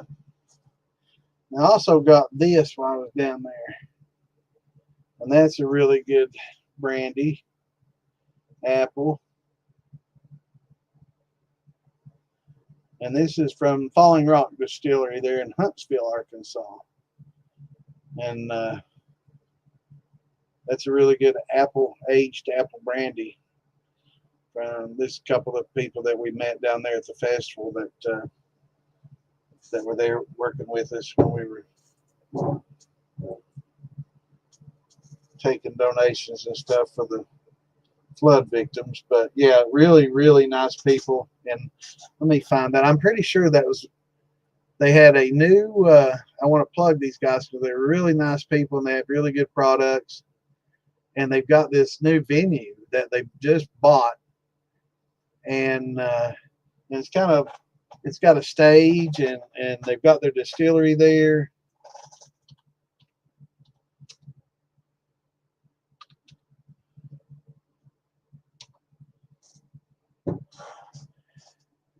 And I am standing corrected because that is exactly where okay, so it's Western Missouri and it's close to Fort Smith there because I guess that's Western Arkansas. So all that I thought was further east. I thought all that was on the east coast of these states, but Noel is on the very west coast of, and it's right on the line. I mean, man, it's right on the Missouri-Arkansas line, and it's just north of Fort Smith. So that's why I was associating these people with the Fort Smith Festival because they were so close. But for some reason in my mind, I was thinking that was East Arkansas and East Missouri, and it is not. It is about as far west as you can get, right in the, I guess, Oklahoma, Kansas, Missouri, Arkansas, four-state, area right in there. So yeah, but I know they were real close to Fort Smith because we were talking about that festival and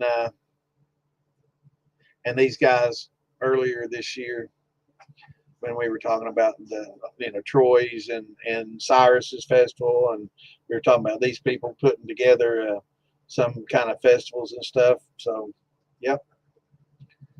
That is, and I was sadly mistaken. I was thought for sure that is Eastern Arkansas and Eastern Missouri, but it's not. Yeah, COVID took away a lot of my smell. I'm getting it back, but it took a while.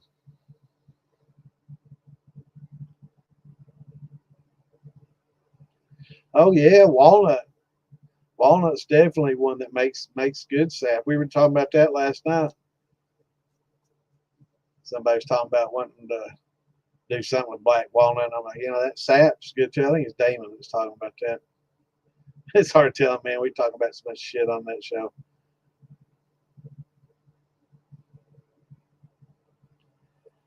Char the wood to put a lot of people talk about alligator back texture, so you want a good hard char.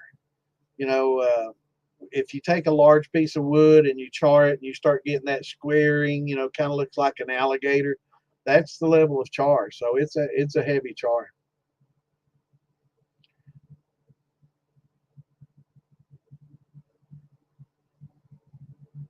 Yeah, I understand, brother.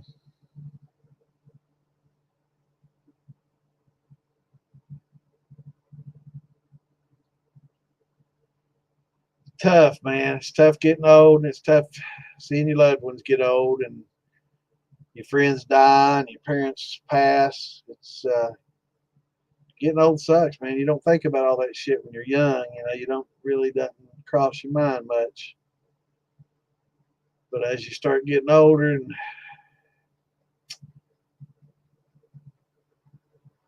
oh yeah, we got a lot of people in Pennsylvania.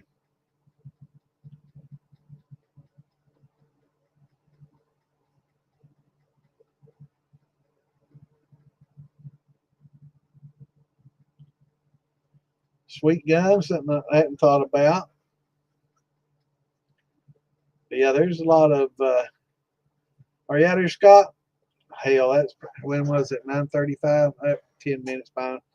All right, brother. Take it easy, man. Thanks for dropping in. Have a great weekend, brother. Appreciate you, man. Um, Actually, I don't. I probably we were talking about that the other day. I probably should talk about when I categorize ones, like certain ones that I talk about. We're just going to talk about brandy tonight, running brandy from beginning to end. But there's not a whole lot of them, so uh, just go back and just watch some of the older ones and kind of fast forward through some of the bullshit.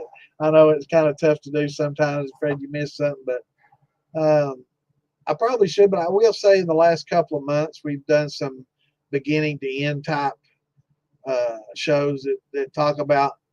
I try to answer questions, but at the same time, we're talking about the progression of all the tools you need to get together to do it, and how to prepare your corn, and how to add your grains and things like that, to what temperatures, and at different amylase enzymes and what temperatures to add those. And we break all that down. So sometimes I just do a Q&A where it's more informal. We just answer questions, but sometimes I'll just try to structure the class to do a beginning to end. So I've been thinking about wine, doing a beginning to end wine, and basically, doing a brandy is just taking the wine that I'm teaching you how to make, putting it in the distiller and distilling it, right? So putting it in the pot and distilling it. So that's really, the distilling part isn't the magic, really.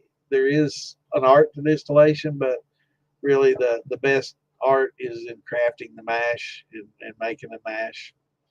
And when you do brandies, like wine, I know a lot of people that just do trash brandy, and just really don't do anything like a wine would be, and they don't have to because they're immediately going to distill it and make a brandy out of it. So it's not something that they're going to be drinking, right? So cleanliness, sanitary, killing bacteria and germs isn't as big a concern for a brandy maker, because I'm just going to distill it anyway, and there's nothing that's going to survive the boiling alcohol vapor, you know, path anyway. Well, most things. Now there are a few pathogens that might survive it, but for the most part, most aren't that are going to be in there. Right? So there are some things that could survive it, but they're not normally found in a fruit.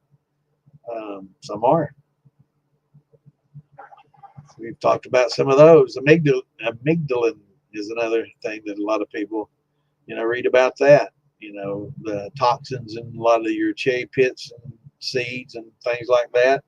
Some people tend to think that those aren't no big deal, but there's people that have been killed and sick and maimed that would probably suggest otherwise. So you got to be careful about what you do. And a lot of woods, there's a lot of leaves and wood and barks and things that are toxic. They basically create a toxin so the animals won't eat them. So sometimes, certain woods may sound like cool. Let's try this. It may not be the best thing with like an alcohol. It may be fine for smoking and burning and smoking for food, but might not be the best thing to soak your alcohol in, right?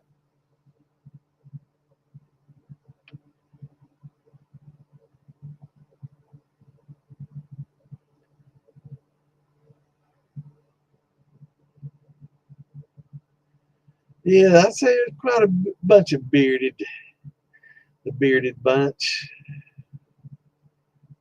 Probably be that's who does. Yeah, Trump needs a beard.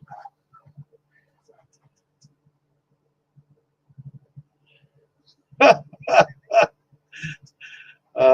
funny shit.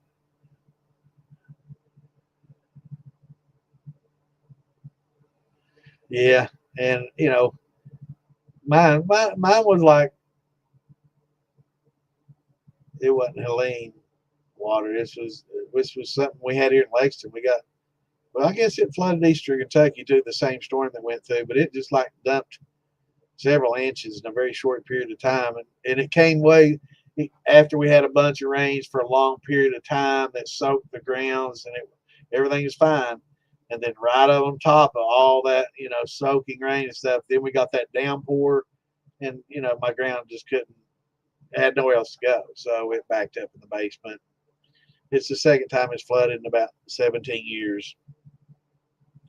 So it doesn't happen often, and I thought I had it all fixed until that happened, and I know better. But I'm going to put a tile down here, marble, some fake marble looking tile. It's cheap, looks really nice and expensive, but it's like 80 some cents a square foot, pretty damn cheap. So I'm going to put that shit down. It looks really nice. Well, actually, it's my mouse underneath my mouse here, so I can show you. It's in a 1x2 tile, and it's really nice looking stuff for the money. It's like 70, 80 cents a square foot. It's a nice looking tile, kind of a marble look to it, but it's a standard tile. Not bad looking, is it? Pretty nice looking natural stone, but it's not. It's just no, ceramic tile. So yeah, porcelain tile. So we're going to put that down. I like it. I put that down on my mouse. Glides over that.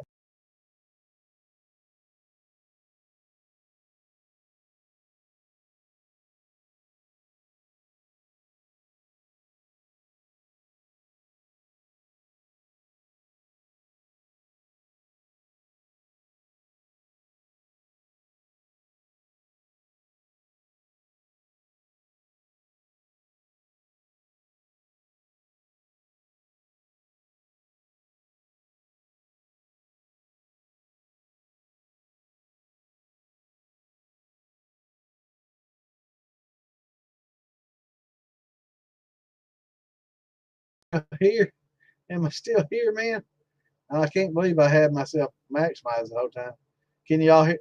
Somebody tell me, is this thing working? I can't believe I did that shit. Now, what in the hell? How in the hell do I barely bump my mouse? And I mean, it had to be situated over top of somebody. Fortunately, it didn't end the stream, but it shut everything down.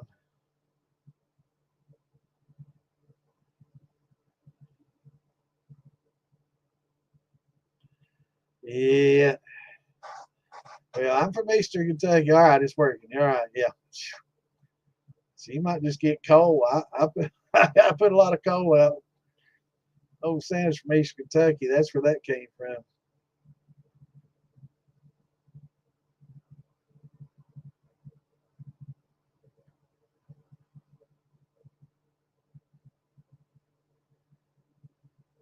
All right, now I'm going to have to scroll back. Where was it?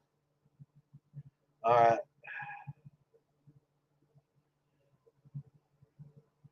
Hey, I might try that sometime. I definitely might. I may do it, Anthony. I tell you. I think it'd be a lot of fun. I've got a lot of friends that were on there, so I think I would enjoy that part of it as much as anything is the camaraderie and going there and hanging out with people and distilling with them, learning from them, and making some new friends and some new memories. That would be mean as much to me as winning or losing, really. Of course, I wouldn't mind winning. But yeah, it'd be a lot of fun.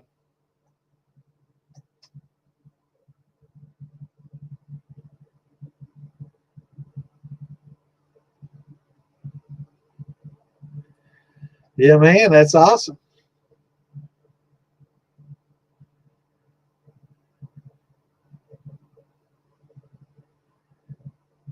Yeah, you can make dandelion wine, make some really good stuff, and it's also a good herbal for holistic medicine. There's a lot of medicines that derive from dandelions, but I think most of the dandelions edible. You might have to research that, but it's a good source of vitamin C and some other vitamins and stuff.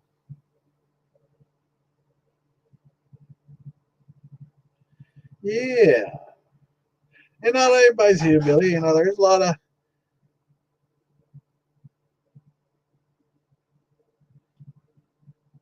A lot of people in the craft that don't necessarily, but the origins, with where the Irish pretty much went to, Pennsylvania, along the Appalachians, all the way down into, Tennessee, Western Carolinas.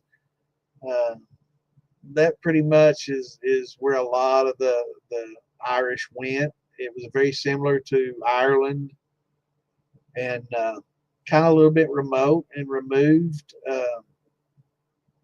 Well, the Irish weren't necessarily treated well when they came here. They had a lot of menial jobs and were kind of condescended by a lot of the English and Germans and stuff. They were, I guess, a different type and class of people. But they built America. They were the ones that brought the stonemasonry and a lot of craftsmen, and a lot of them were distillers, and they brought that craft as well. But yeah, a lot of dangerous work was done by Irish. A lot of people say slaves built America, but and a lot of the big buildings and bridges and all that stuff, and that's just not true. Slaves might have carried the block, but when it comes to laying it and doing all that work, they weren't going to risk the slaves' lives, because slaves were valuable. They you could sell a slave and get money out of it, so they had value, to a lot of employers, whereas an Irishman didn't, and that was often said, and that's why Irish got stuck doing a lot of the building skyscrapers and building a lot of bridges and doing a lot of the work that was done to help build the country. So don't let people kid you.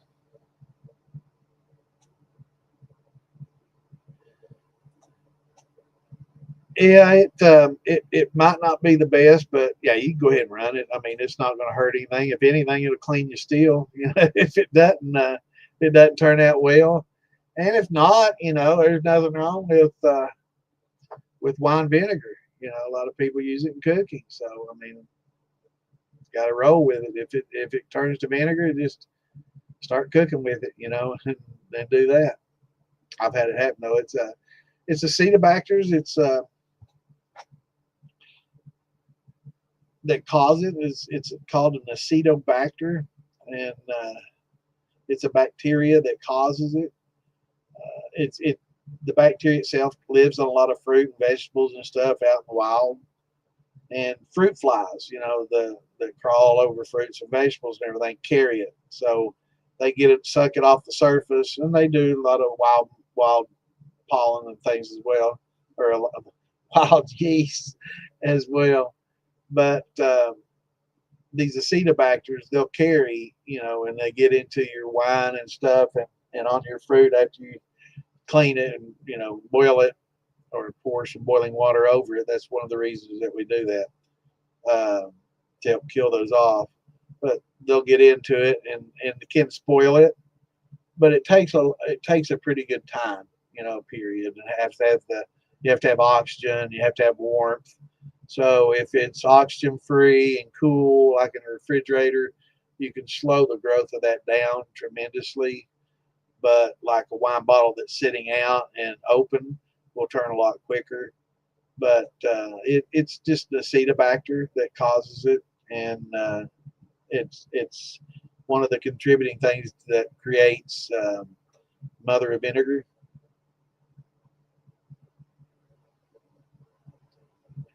Yeah, wood alcohol. I'm not sure where that came from, but yeah, that's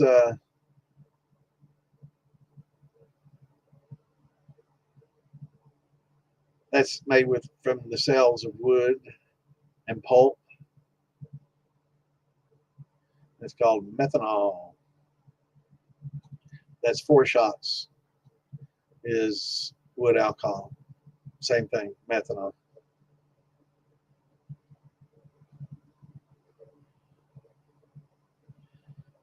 What was that answering though? Hopefully that question got answered properly. Did you get it, Clint? I'm not sure. Or Scott was on it too. Yeah, we definitely want to educate people about, cellulose and wood and a lot of that, because when you use like a pectic enzyme, you're basically breaking down cellulose, right? And it's basically a cellulase. Pectic enzyme is a cellulase. It breaks down cells. It's cellulose. That's what holds, all the juices. And we talk about breaking the cell walls down. A lot of the pulp is a cellulose. And anytime, that's why we say when you make brandies and you use pectic enzymes, you're going to get a little bit more heads, is because you're actually breaking down cellulose that gets fermented. So, and converted to wood alcohol. So that's actually one of the reasons why you'll get a little bit more heads out of a brandy, and even more when you use pectic enzymes. But it's still worth it.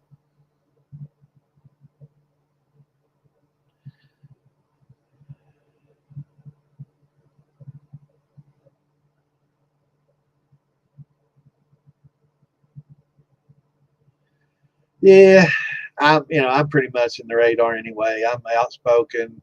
I do the educational stuff. I'm an admin in like 6 different big groups, and have been an admin in a lot of them, advising people for a long time. I know a lot of people on the show, so I'm pretty much on the radar, but I'm not a big time shiner like I used to be. I don't make big volumes like I used to, and I don't sell. So, I'm not as concerned. I've got a lot of wine, and I make a lot of wine. So, but every once in a while, when I fuck up a wine, I'll run it, but I am going to start doing a little bit of grains. Deadliest catch. Yeah, I could be, what was his name? Remember old Captain Field, but what's his name? Has the big beard like mine. I liked him too. He was a cool dude. I can't remember the name. I'm getting so damn old.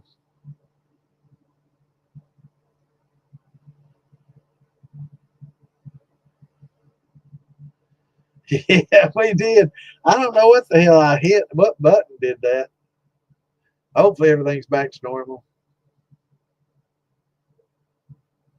Oh yeah, well, the food industry. These a lot of it's not necessarily even weeds. We call it that, but you know, today's weed was yesterday's agricultural product. There's a lot of stuff that was grown back then that was grown intentionally to feed people, and then they got more sophisticated things.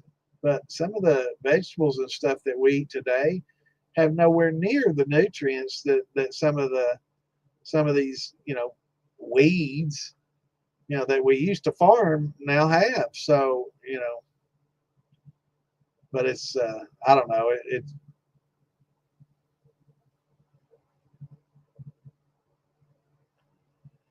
yeah,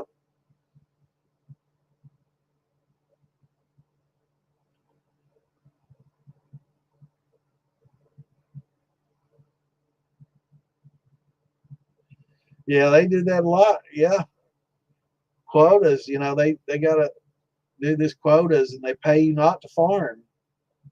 So that's one of the best deals going, man. Just go buy a big farm and let the government pay you not to use it. I mean, okay, that sounds like a hell of an idea, doesn't it? Go buy a big farm and let the government pay me not to farm. Pay my farm off. I just sit here and fish. It's had something to do with wood alcohol, but I reckon we've got it. That's why I wanted to go ahead and talk about the brandies, the pectic enzymes, and anytime you get a lot of breaking down cells and dealing with a lot of cellular stuff like we do in fruit, especially with the pectic enzymes, you're going to have a little bit more heads.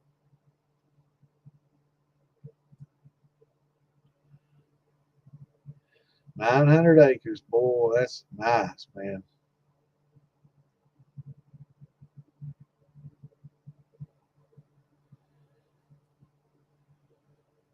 Awesome. Got a great uncle that was a vice admiral, Marshall Raymond Greer. Google that. Google that name, man. He was big time.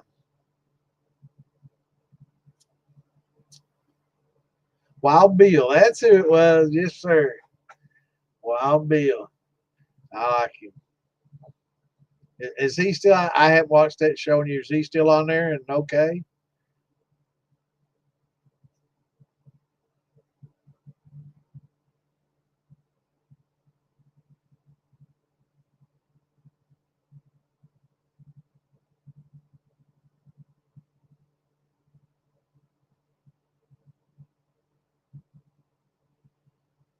Awesome. Yeah, my great uncle was a vice admiral, retired vice admiral. He had his own fleet. So tell me about Wild Bill. Is he still on there? Is he still okay and alive and doing well? I haven't watched that show a lot. I know Captain Field passed away, and that was about wasn't too long after Captain Field passed away. I hadn't watched it, so it's been a few years. But yeah, I loved watching that. When I was younger, man, if I'd known that there was that kind of money to be made when I was younger, I'd have definitely been all over that job, man. I never shied away from hard work when I was younger, especially if it paid well.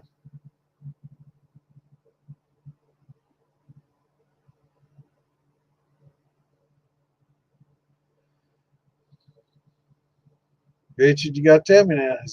You still watching it, Richard? Is he still on there?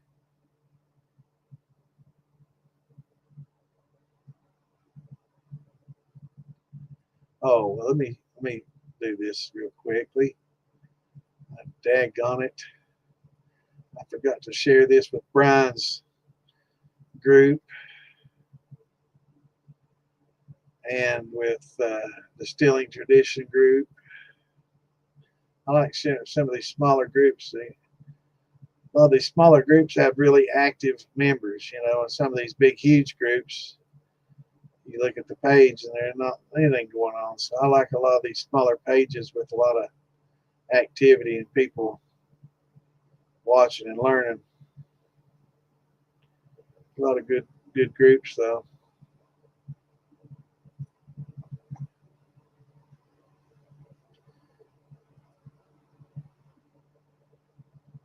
Give shout out to Time for a New Shine. That's a pretty good group. They got pretty good activity. Chris Allen's over there. He seems like a pretty knowledgeable, good guy.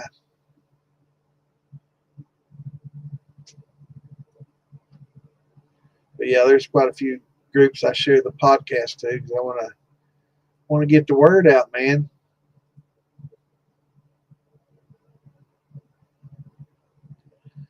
Wow. Oh, that's nothing bad, man. I don't know what the fuck I'm saying. I don't know whether I should. What have you said? That's probably Russian for something bad, ain't it? I can't copy and paste it. Can somebody copy and paste it? I don't know whether I should celebrate it or hide it.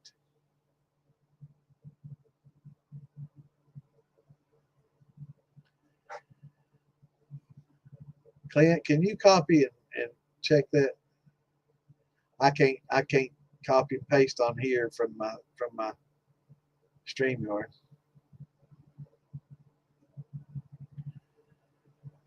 Damn, bro, we do.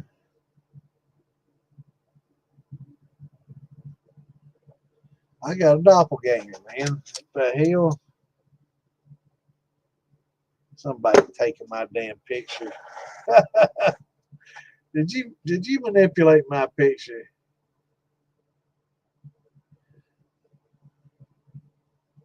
That's funny as hell. If you didn't, damn if we ain't looking a lot alike.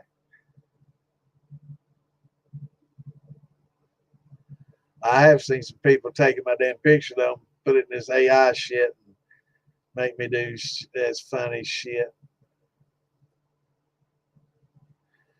Peter Kane fan. No.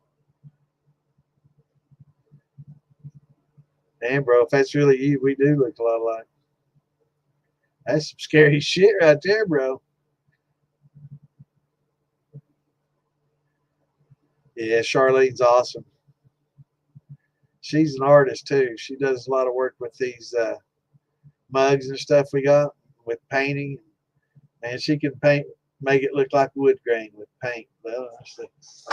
Got one right here. Look at that. She did that with a brush, man. It looks just like a damn wood, you know. Looks like, you know, got stained in the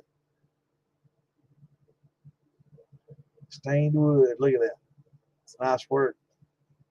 Very nice. So she does that. She does a lot of different designs and stuff, man. She's an artista. Yes, you can make kudzu shine. Anything with starches and sugars, you can do. Oak, yeah, some of that's good. Some of it's, you know, it's best when it's young, they say.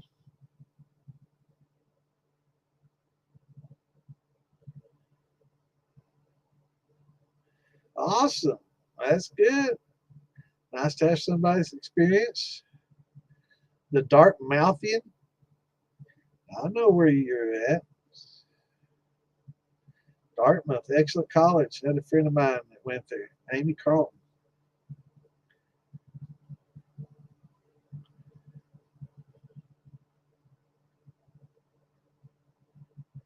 Oh, you're not getting that Russian text? Well, I might have to open up YouTube and see what the hell it is here. I wish it would automatically fix it for us, but let's see. Let me mute myself so I don't have to hear myself talk on here.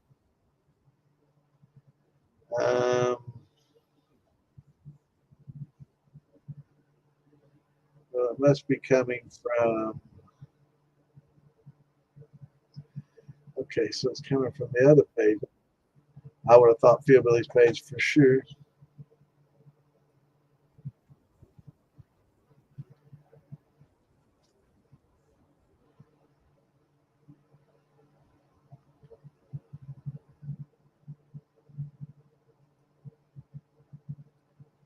And what? There we go. I can highlight.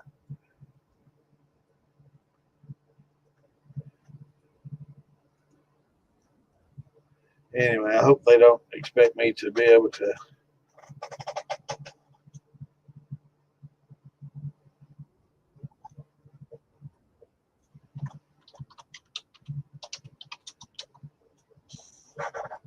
Oh, peace and love. So that's some good stuff. All right, good. You never know. Oh yeah. All right. Good.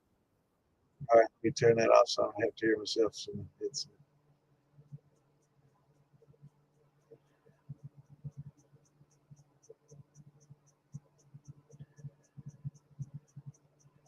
Oh, we called everything.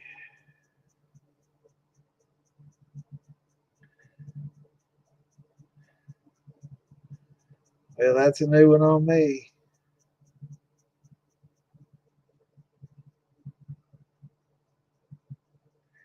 Yeah, it's been called many things.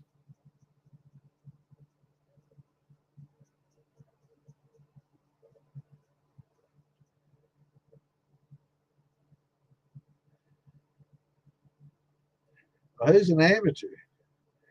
All right, let's since you're gonna get nasty, real moonshiners call it moonshine. You know, I grew up around them in East Kentucky where they are, and you know, right in the heart of Appalachia. So you may not know what the fuck you're talking about. So yeah, moonshiners call it moonshine, and Mooney. I've never heard anybody call it fucking Mooney. Just so I'm saying.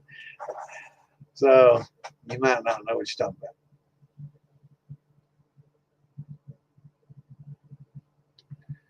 Love her ever since my. Well, I'm not sure we're talking about. Good moonshine music, bluegrass, brother. I'm not sure you get nasty with calling amateurs.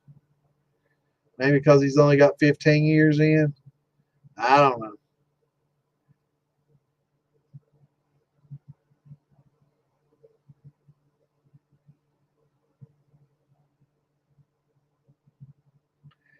Now, what's Funko? Where are you from, Meat Hands?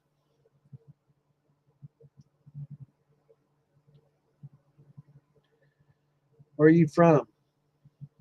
Yeah, I'm not sure you're talking call them amateurs, but yeah, we got a lot of amateurs here, and we got a lot of seasoned shiners here, and we call it moonshine. That's what they called it back home, and that's what it's pretty much always called, unless they called it by its real name, a brandy or something like that. Yeah, I know. 15 years amateur. Wow. Okay.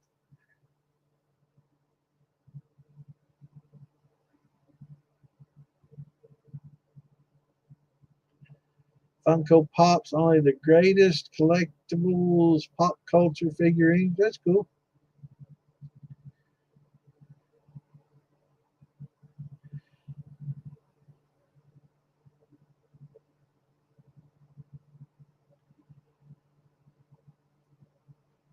Yep.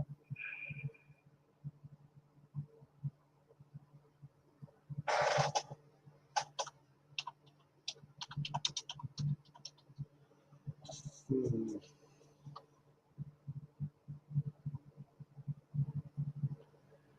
Interesting.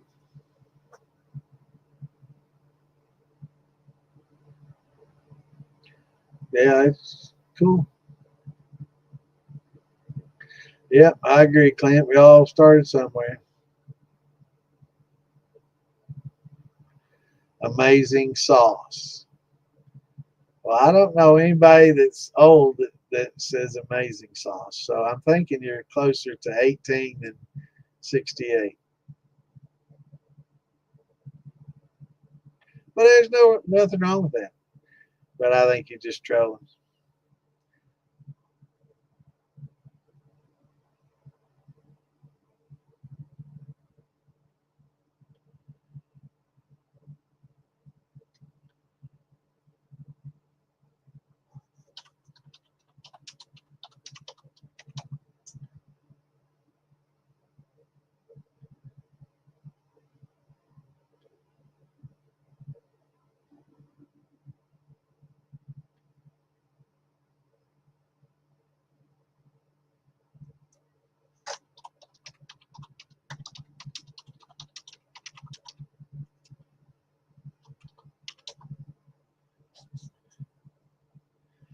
Okay, and Funko's collectibles, early 2010s. Company was founded in 98, so yeah, probably not that old. But it's cool. I had to I don't know much about the Funko, man. I'm not done the figurines. Yeah,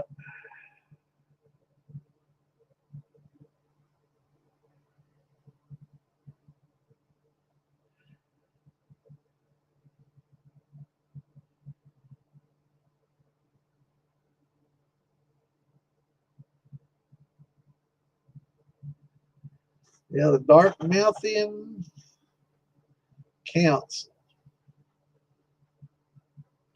That's New Hampshire, right? Yeah, I had a guy I went to school with that moved to, well, she went to college in Dartmouth, New Hampshire.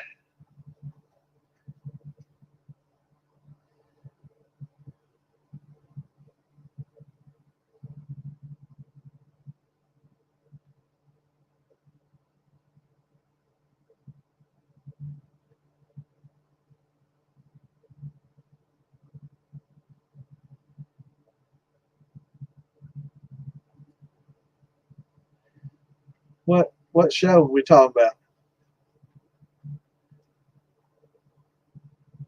Here on my show?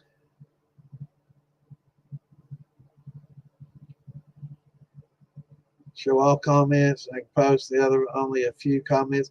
I know what. Yeah. It's because we have so many different places that we stream to. See, like a lot of people say, "Oh, there's only 16 people where that's in the particular one that you're looking at. There's like one, two, three, four, five, six, seven different places that we stream to. So depending on where you're viewing from, you will probably only see comments made on that particular platform or actual site. So where I'm in StreamYard, I will see comments from all of them in my comments. But like if you're viewing from YouTube, you'll probably only see YouTube comments, and you'll not see the Kick or the Twitch or um, Facebook. And if you're at Facebook, sometimes you'll only see one Facebook group instead of the three that we're streaming to on Facebook. So sometimes people say, you're only streaming to 5 people. But that's just on that particular page that you're viewing it from. So the numbers, yeah, I know. Yeah, it's on Wednesdays and Saturday.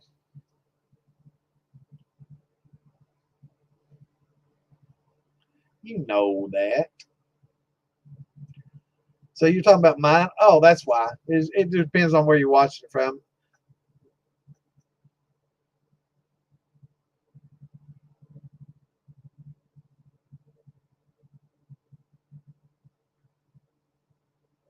Malted rye did. What did it? I'm trying to think of that. I know what you're talking about. Ergot. Had ergot, ERGOT on it.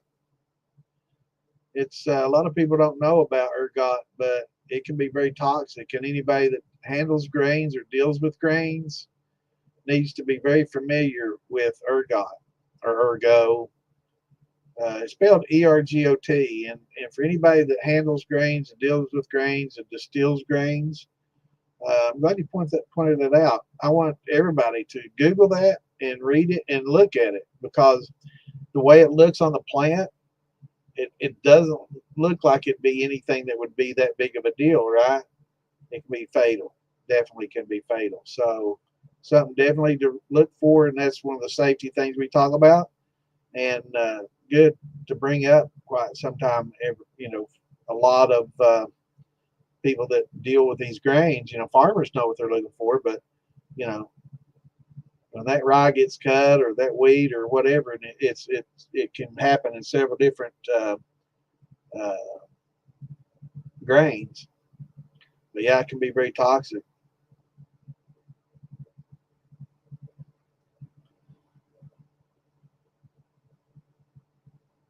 It's on.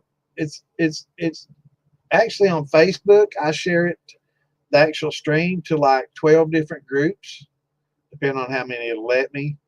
But it's actually broadcast from Philbilly Moonshine, the Moonshine Militia podcast page, from my Distilling 101 podcast page. So if you look on the podcast at the very bottom, it should say Distilling 101, all that, because that's the main source of the podcast. That's my podcast page. But we do Philbilly Moonshine page on Facebook, my Distilling 101, and the Moonshine Militia podcast page. So we stream to all three of those on Facebook. Or if you're in, any of the groups that I share it to, you can also watch it there live. Um, so it should be on 15. And again, when you watch it on that group, you're probably only going to see the people in that particular group that are watching. It won't combine everybody, I don't think, all the time, because the statistics I see and what's on here is different. They anytime you podcast and have a channel like this on Facebook, you get a commercial kind of setup, and they give you statistics, and that's how I know how few views I have live, and 95% of the people that watch this show don't watch it live. They don't, at 8 to 10 o'clock on a Saturday night, they got better shit to do than me. They're probably young and out there swarping around and making babies. But most people will listen to it going to work, at work, in the evenings, or at their leisure, and that's awesome. That's most of my viewers do that. So hopefully they'll watch it and if they start having questions, you know, jump on here and ask them questions if you ever need to.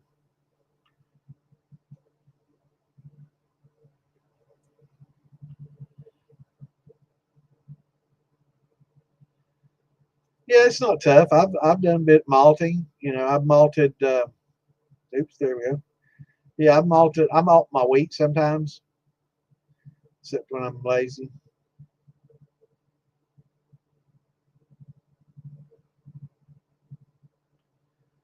But we'll work on that.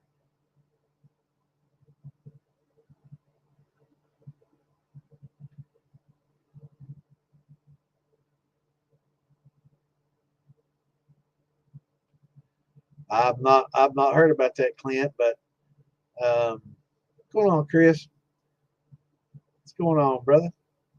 Yeah, that ergo is something not to fool with, man. It's very toxic. It's pathogenic. It'll kill you. And I'm pretty sure that's what Small Farmer was that Small Farmer that said that? That lost a sister.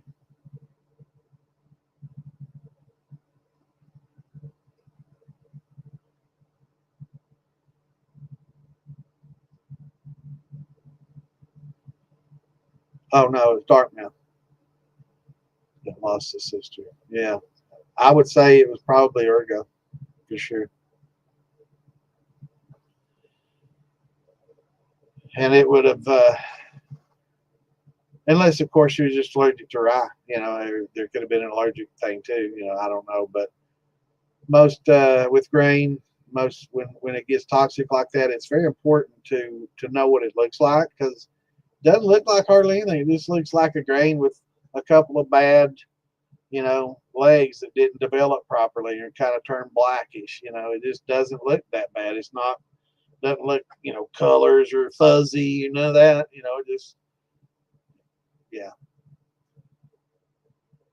yeah. It's very very dangerous.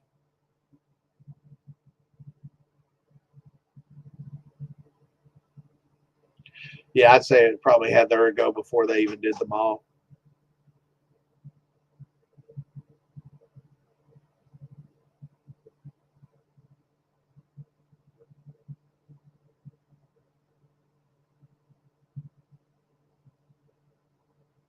That's odd. I mean, I'll have to check that out, brother.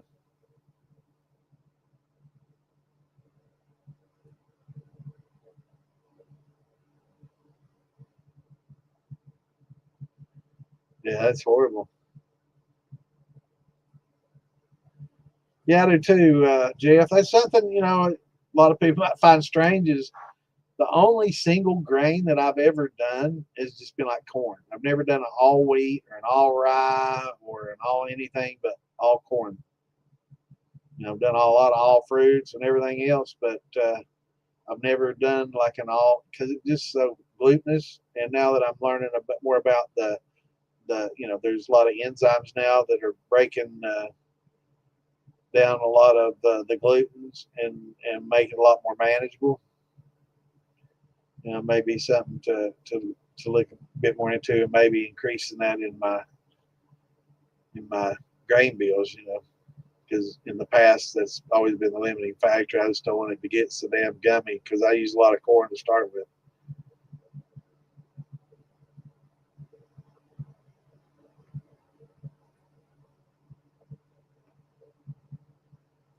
All right, brother. Yeah, we'll get you.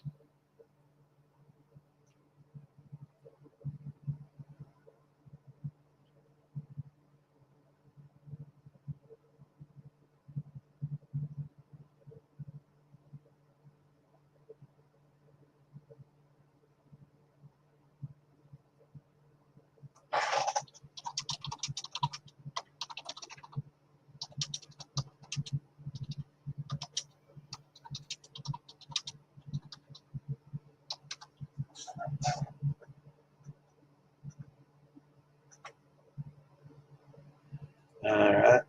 Well, I don't know. It's about 10:30. Actually, I've been on here a little longer than I expected, and yeah, it's it it it mellows it out. So a lot of the flavors aren't as strong, and like it kind of mellows earthiness out and grassiness out. I know a lot of people don't like wheat unless it's malted. Probably the same with rye and barley.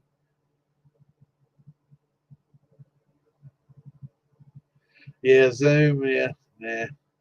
Now the StreamYard does a pretty good job. It's just, and we can have like like on the show last night, we can do about 10 at a time, and that's not a good thing. Everybody trying to talk over each other, and getting drunk and getting louder, and yeah. Awesome. What's going on, Dave?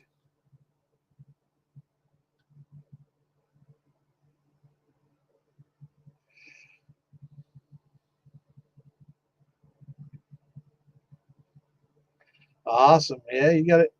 The bad mo. Awesome, brother. Well, I look forward to. What did it taste like as a white dog? Pretty decent.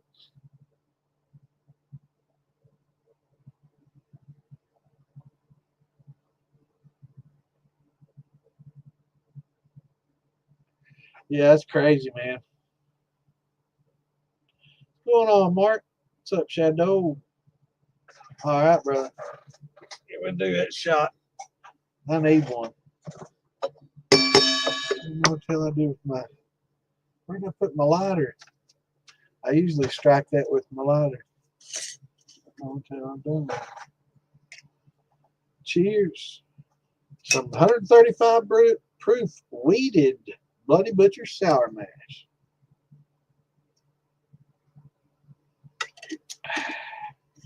Compliments of Jeff Singer. Thank you, sir. He does a pretty damn good job. Oh, Jeff, you see him on here. He's a good.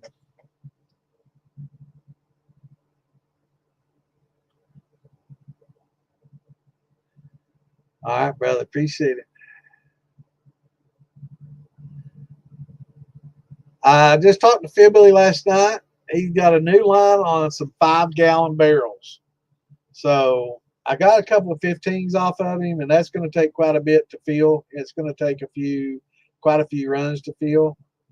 5-gallon though would be a little bit quicker turn time and just about the right volume for 2 or 3 runs to fit in. So you get a couple few runs in, you can, if you get 2 or 3 gallons a run, might take 4 or 5 for some people, but a 5-gallon is a good sized barrel. So he should have those in, and hopefully he'll have enough to put on his website. So if you live close to him, definitely want to look him up and get some of them 5s. But wait till I get mine first, because a 5-gallon is just about the perfect size. I mean, it's not one that's going to let you age it in a couple of months like a 1 or 2 gallon wheel or some of those real small ones. 5 probably take you close to a year, I'm guessing. 8 months maybe. Um, but would probably have a little bit more characteristic of a big barrel than a fast aged, small barrel that basically is a lot of tannins, a lot of quick fix. Good night. Thanks for tuning in. We'll see you on Wednesday. Hope everybody down in Garrett County is doing well. Thanks for tuning in.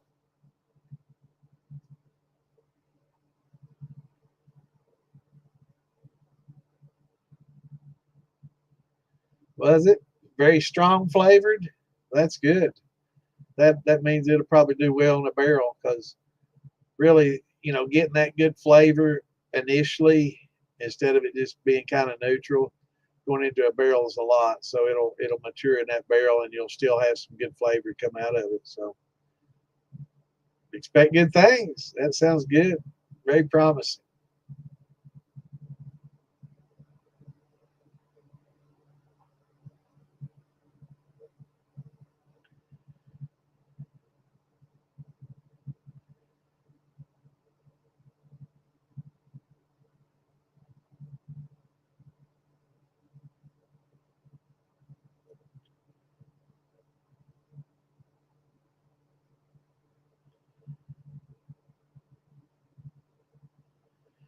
A lot of people join the militia, and it's a private group on Facebook.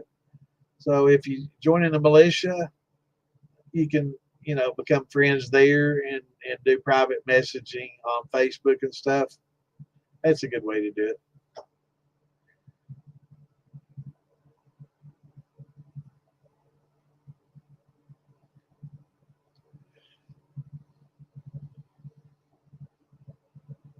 I don't know yet, Clint. I haven't. He hadn't said anything about it, but I love the sound of a 5 gallon. That's just about the right size.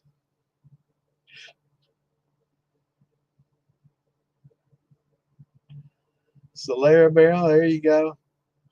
Yeah, I think 5 gallons is a good size. It's a decent volume. It's not like one of these little 1 gallon ones. It's like a month aging, and then you lose about half of it, and then when you get it out, it's just like, well, I could have just used staves and got this flavor.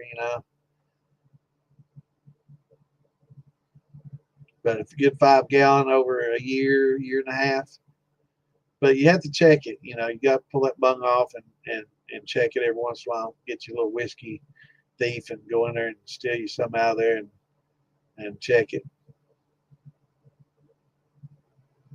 I know, man. That's my. It is hard to fill 15, and storing it, because I don't like putting it in plastic. I'm not a big plastic person, so I don't like storing a lot of liquor in plastic. So it has to be in glass. So it goes in wine bottles, right? So it takes a lot of wine bottles to get 15 gallons. In fact, it's 80 of them.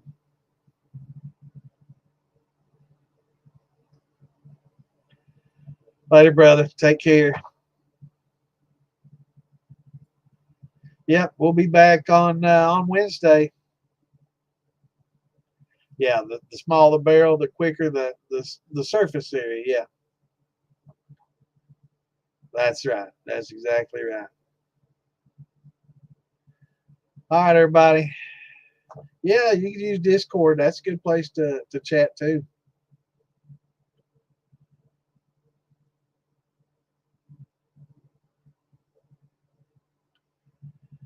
Yeah, we'll be back on every Wednesday and Saturday, Scott. We're here 8 o'clock Eastern. Uh, Hopefully, people get notifications. I know some don't. If not, just plan on meeting us.